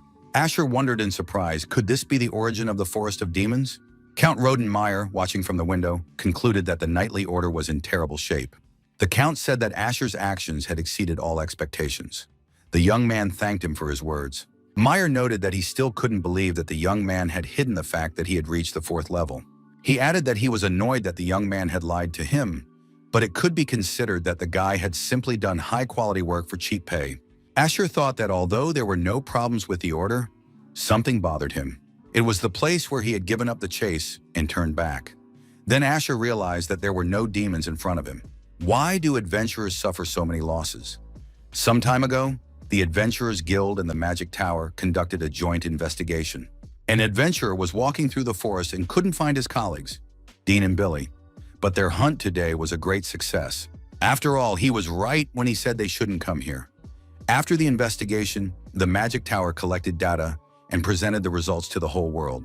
The knight did not understand what had happened here, because he had searched thoroughly for everyone before. The reasons for the adventurers' deaths were usually poor skills, carelessness, or natural disasters. The adventurer threw back his hood and saw his dead colleague. However, among all the factors, the leading position was taken by a place located on the border with the Demon Forest. This place was called the Adventurers' Center, Lorien. The knight saw the motionless bodies of his colleagues. Having fulfilled the Count's order, the protagonist rushed here. The payment was generous enough for him to improve his grimoire. Asher looked at the city and realized that this was Lorien. It was a city built specifically for adventurers. In the city, adventurers discussed the situation. Could it be that some particularly dangerous creature had appeared nearby?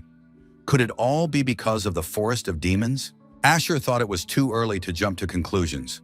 First, he needed to meet with Risner. At the tavern, the young man ordered a steak and a glass of Cabernet Sauvignon red wine. Come to think of it, they hadn't discussed the exact meeting place in advance. Asher hoped that the guy would find him if he waited a little while. Someone called out to the young man. He turned around and saw a girl standing next to him. She asked if he minded if she sat down next to him. Asher asked if she was Risner. The girl smiled. She thought her disguise was perfect. Mr. Asher had a keen eye. Asher thought that his companion's voice had become masculine again. Only his appearance had been changed with the help of the artifact. Asher said that it was very interesting. An artifact that only changed one's appearance. Risnor noted that the form the young man had seen in Briente was probably also a disguise. Asher got angry and changed his appearance too. Risnor said it was a joke and that it wasn't worth wasting mana. Renor put the box on the table and suggested they eat. There was an excellent chef working here. Risner said that the box was an artifact that blocked sound. They didn't have to worry about being overheard. Asher suggested that the item came from the magic tower. Risner asked what exactly Asher wanted to know. Asher asked what was in the Forest of Demons. Asher noted that he had experienced ominous feelings that could be attributed to simple anxiety. He often relies on his feelings. The protagonist noted that there was clearly something in the forest, and Reisner definitely knew about it. Risnor laughed. She thought the young man would ask about the Ark first. It was an unexpected question. Mr. Asher's intuition was simply impressive. Risnor said that the reason for their meeting was related to the Forest of Demons. However, first Asher needed to get some idea of the ideology and goals of the Ark. Asher claimed that people become stronger by going through trials. This is true, but trials are never easy. On a small scale, they affect the life of the individual. At the maximum level, an entire city, country, or even planet can suffer. Those who overcome such trials are universally admired. In the end, they become worthy of the title of captain, who will lead humanity forward. Asher wondered if this meant that there was a similar test in the Forest of Demons. What would happen if they failed? Risnor replied that in that case, everyone would perish. Not only the city, but even the country or the entire world could be destroyed. Risnor said that they were a group that existed for the sake of all humanity. They were not the guardians of each individual person. Risnor added that their role was to find candidates and let them grow by going through trials. Their job wasn't to put humanity under a protective shield and lead it into a new world.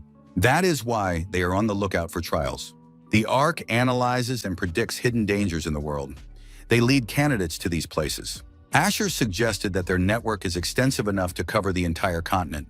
However, the world still knows nothing about the existence of the Ark. Depending on how their power is used, they could be even more dangerous than the Dark Hour. Asher inquired about the trial taking place in the Forest of Demons. Risner replied that she could not disclose that information. The Ark is looking for a captain who can handle various unexpected situations, someone who is always ready to act. Risnor said that they do not assign trials that a candidate is unable to handle. Given Asher's nature, he could be offered something. Is he ready to take part in the upcoming trial? Asher was surprised because tests are only prepared for Ark candidates. Risner replied that this was usually the case, but humans were creatures who tended to cooperate and exist side by side. Asher was surprised. Risnor said this as if she were sure he would agree. Risnor laughed and said that this conclusion was based on a favorable attitude. Asher could look at the order with payment. Risnor placed a box and a vial on the table and said that this would be an advance payment. Risnor explained that it was a spatial bag and mandrake extract. Asher was surprised. Was this really mandrake extract? The peculiarity of this extract is that its effectiveness rapidly decreases as the dose increases. However, when consumed, it increases mana reserves. The extract is a material that can expand the mana contour without any effort or side effects. That is why it becomes the main ingredient for a high-level potion called Mana Core. Asher understood that this was a treasure for a mage seeking growth. But how did the Ark manage to get hold of this extract? It's surprising because it's very difficult to find. About 14 sprouts appear naturally each year. Mandrakes cannot be grown artificially. 10 magic towers monopolize one plant each, while the rest are seized by high-ranking authorities using corrupt schemes. Asher noted that the Ark's investments are excessive. Risnor explained that this is done to reduce Asher's distrust. Risnor added that the head of the Ark is extremely sympathetic to Asher, but the young man is too cautious and distrustful. The first step must be taken by the one who needs something. Renor said that Asher could take the payment and walk away from the test, or he could face it. The choice was up to the young man. They only guide but do not coerce. However, if Mr. Asher is looking for strength, the trial will be the best way to achieve it. If Asher intends to avoid the trial, he should leave this place immediately. Otherwise, he will find himself involved in the matter. Asher said that he is not a coward or a deceiver. He is not used to avoiding trials.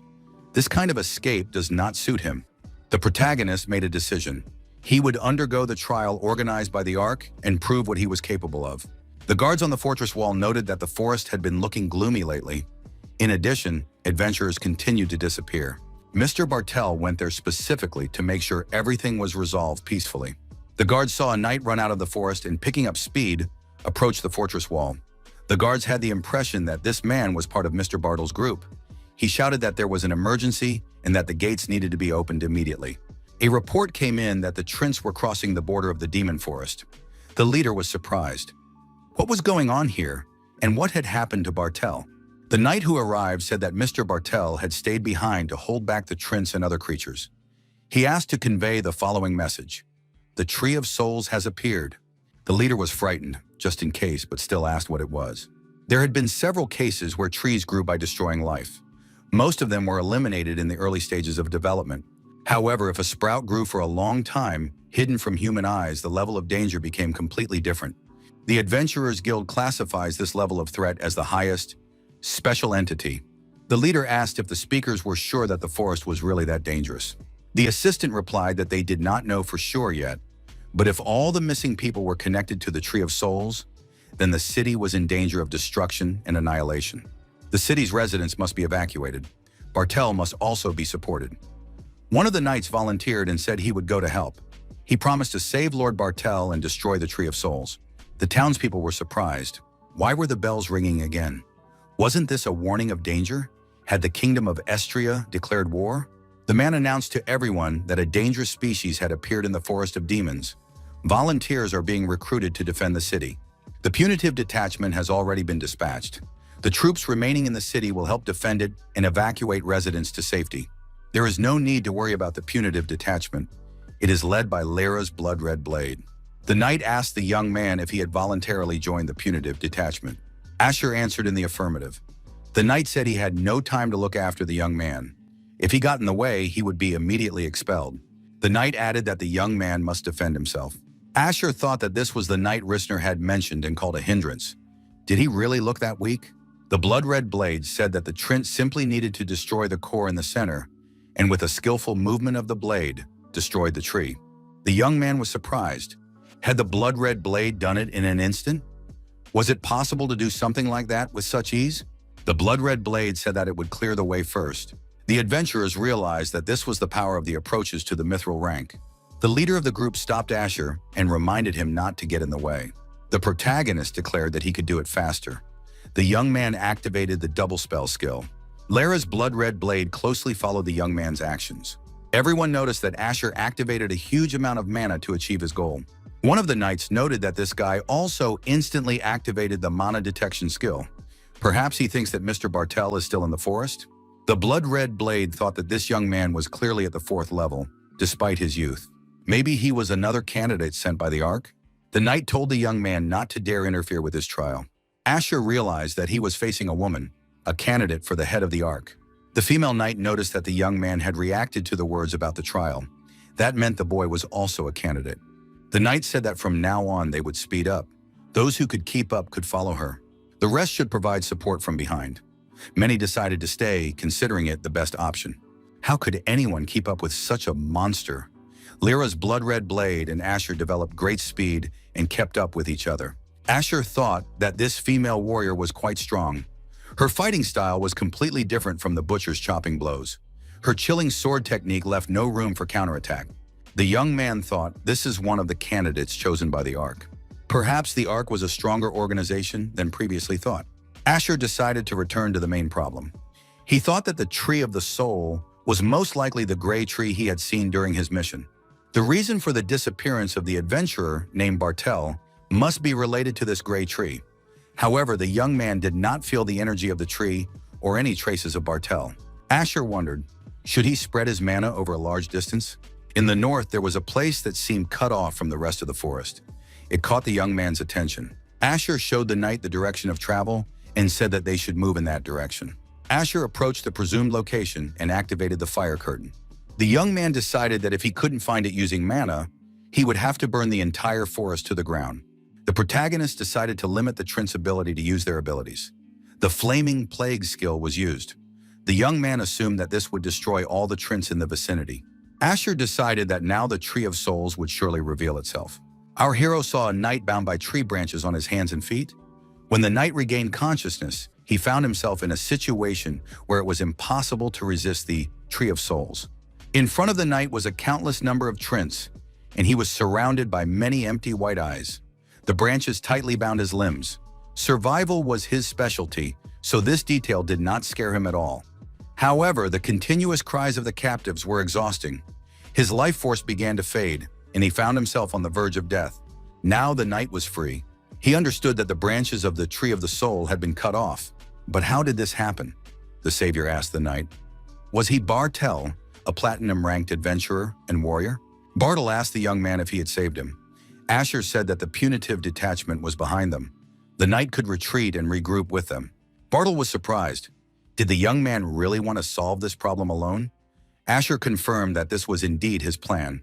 Bartel shouted that it was reckless. It would be better to regroup with reinforcements and fight together. Bartel noticed that most of the tree was underground. Bartel shouted for the young man to buy time until Lara's blood-red blade arrived. She would bring someone else here. Asher thought, does it really look that weak? However, now he no longer needed to hide his strength. He had to check what the main body was doing underground.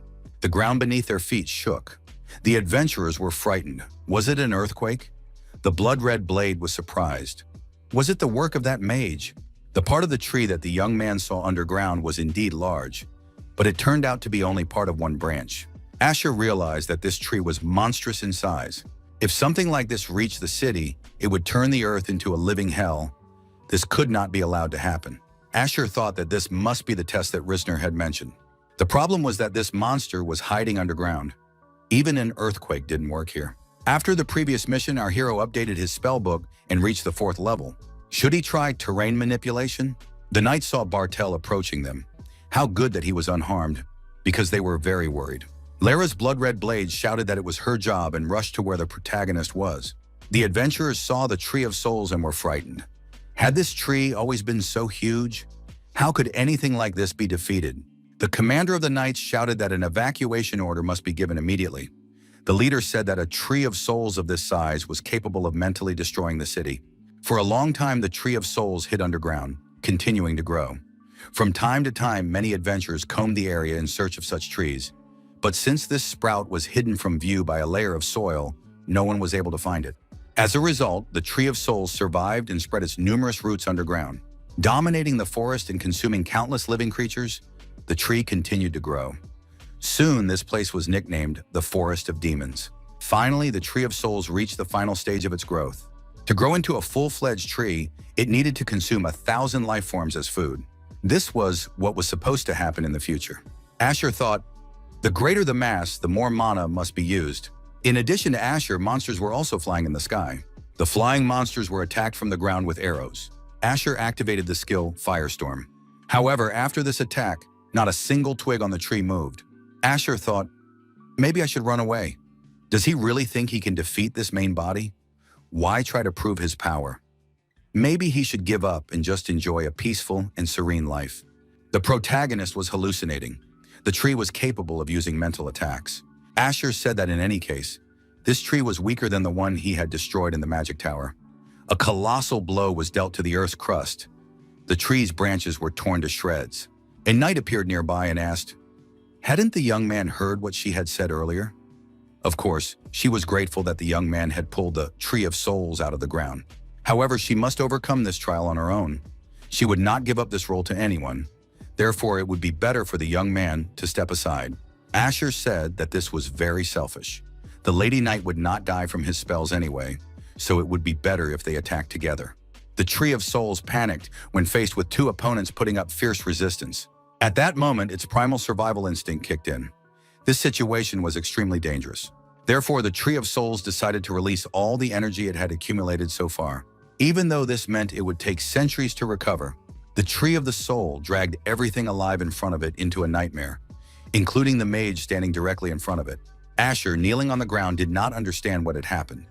Just a moment ago, he was in the forest. The man said, "Is this really a first-level mage exceeding his limits? That's quite an impressive result."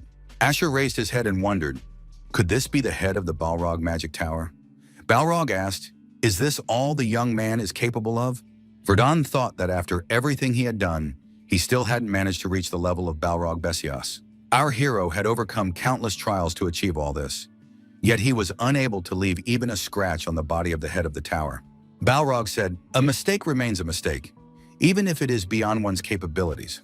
The head of the tower added, "Trash like Verdun is just a hindrance to the magic tower."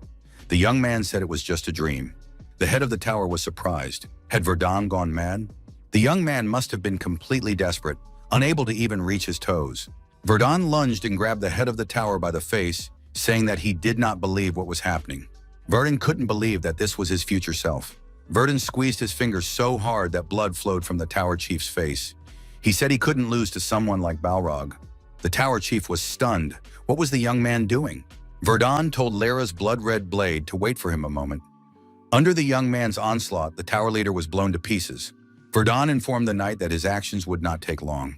Under the pressure of his opponents and in a state of panic, the Tree of Souls continued to release all its accumulated energy.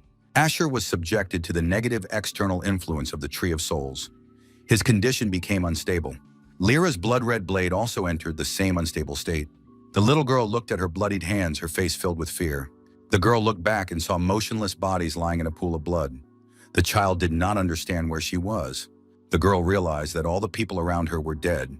She closed her eyes and cried. The hands of a demonic creature reached out to the child. The girl became more and more frightened.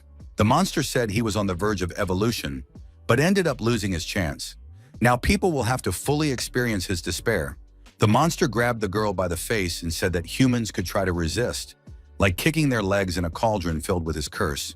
Half-humans surrounded Lyra's blood-red blade from all sides and rushed to attack her. The knight successfully fended off the enemy's attacks.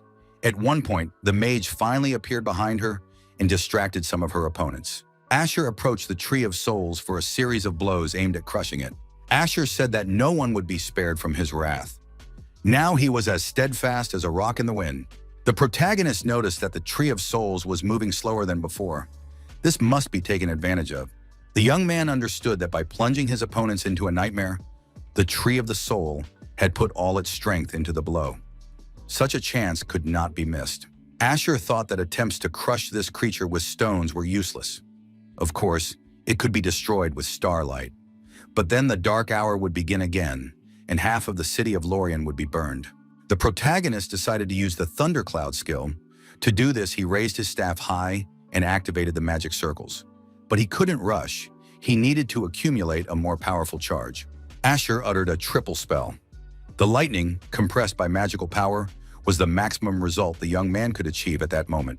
Asher directed the lightning at the Tree of Souls and activated the complete destruction of the triple lightning.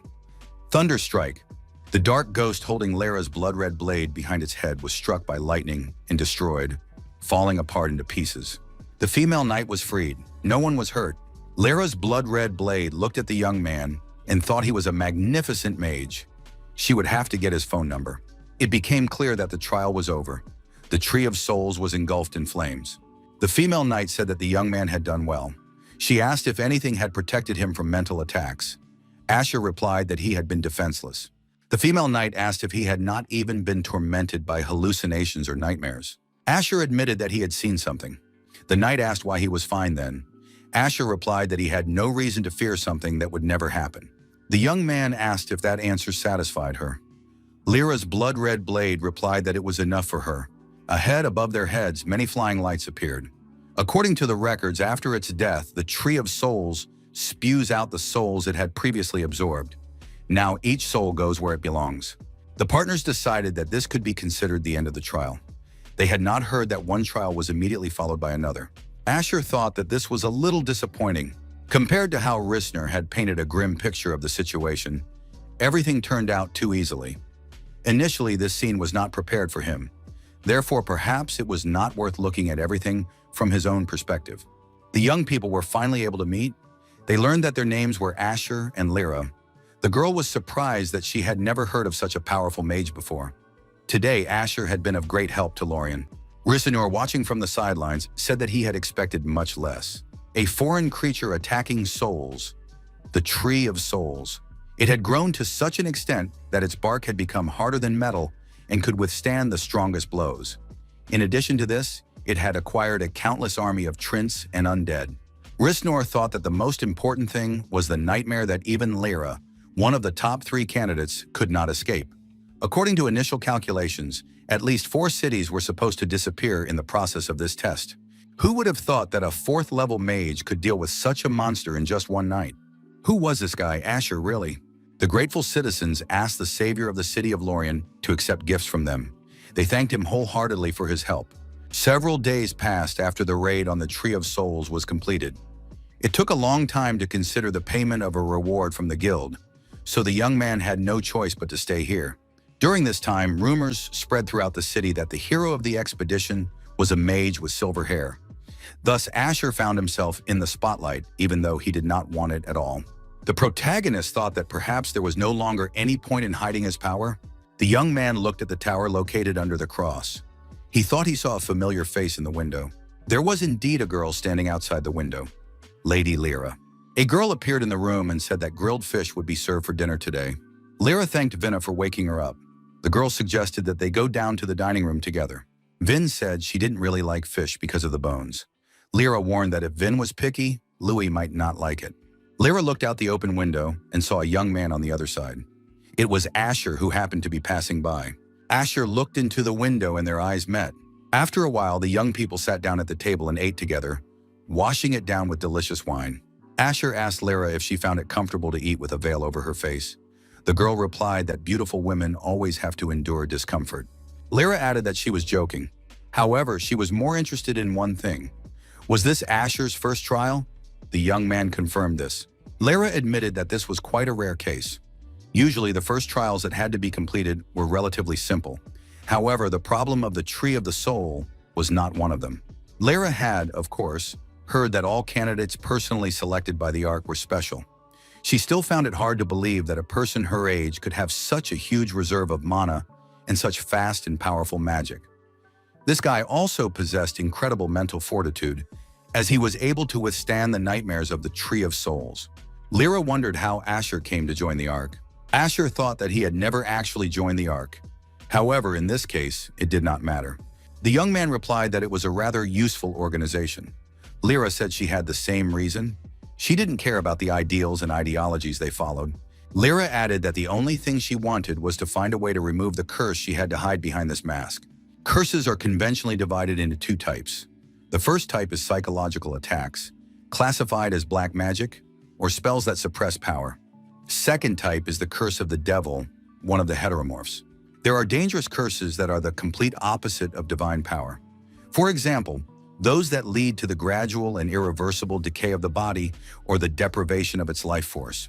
Asher thought that Lyra's case was probably closer to the second option. The young man asked if the girl had become a candidate for the Ark in order to remove the curse. Lyra replied that this was her goal. With the power and information that the Ark possessed, it would be easier for her to find a solution. The girl added that this way she would be able to find the demon who cursed her and took her family away. Asher thought that Lyra was driven by a desire for revenge. It turns out that you can join the Ark even if you have personal goals. Lyra asked if Asher knew anything about demons. The young man replied that due to the close supervision of the Order of Luas, there were not many magicians left on the continent who studied demons. Lyra was upset, so the young man would not agree to make a deal with her? Asher asked what kind of deal she was talking about. Lyra asked if the young man could find information about demons and pass it on to her through the guild. She added that she would pay a fair price. Asher agreed because he had nothing to lose anyway. Lyra promised that Asher would definitely not lose out. That was not her style. The girl got up from the table and said that it was time for her to go. She had spent her time well. Asher said that he also had one question. The young man asked when the next test would take place. Lyra replied that she did not know. The tests always began suddenly without a specific time being given. Lyra added that it was always possible to refuse or challenge the test. The Ark did not force anyone. The girl added that the choice is always theirs, as is the outcome of the test. The young people said goodbye until their next meeting. Several days passed. Asher was still in the city. The head of the Adventurers Guild branch in Lorien, Mr. Pavaltz, said that the young man had made a truly incredible contribution to the victory. Pate added that his monetary reward would be credited to his cryptocurrency account within a few days. Asher inquired if there were any other rewards. The head of the guild branch said that there were other rewards. They found them in the heart of the destroyed Tree of Souls. Calculating the reward took some time as they studied whether this item was worthy of payment. The result of the study was that the branches have a strength superior to metal and are capable of self-repair. The material has higher water permeability and electrical conductivity than mithril. These branches can be considered an extremely rare material with great potential. Based on Lara's testimony, it was concluded that it was the young man who made the greatest contribution to the elimination of the Tree of Souls. Therefore, he was awarded 2 branches. One branch will go to Lara and the other to the guild. Asher was delighted and thanked them for the gift. The young man left the office of the guild branch head and immediately flew into the sky using his unique abilities. Breath of the Elements and Magic Crystal, branches of the Tree of Souls and Mandrake Extract. The young man can use all of these for his growth right now. He needed to create a sphere using the Breath of the Elements and the Magic Crystal. Since Asher had branches of the Tree of Souls that could withstand the power of this sphere, such a foundation would be sufficient for creating a staff. Even if the search for a craftsman who will take on the order goes through Pale, the cost of other materials and labor will amount to hundreds of millions of elks. There is still not enough money. The young man returned to the city. He understood that there was only one option left: to create a magic core based on mandrake extract. Asher entered the same empty establishment again and met the same bartender. The man, his face hidden, greeted him and offered to accompany the young man. Asher was surprised. After his first visit, no one had accompanied him anywhere. Asher asked where they were going. The man said that from now on, the young man would always be accompanied. Asher thought that, unlike the meeting rooms he had seen so far, the room he was led to was particularly luxurious. But why had they changed the meeting room? A voice came from behind the screen. The man apologized if the change in the room for exchanging information had taken the young man by surprise. 3 types of people were meeting here. The first are those he trusts. The second are those who cannot be stopped by glass or iron bars. Pale peeked out from behind the screen and said that the third type were those who met both criteria. Pale added that he was eagerly awaiting the arrival of Mr. Asher.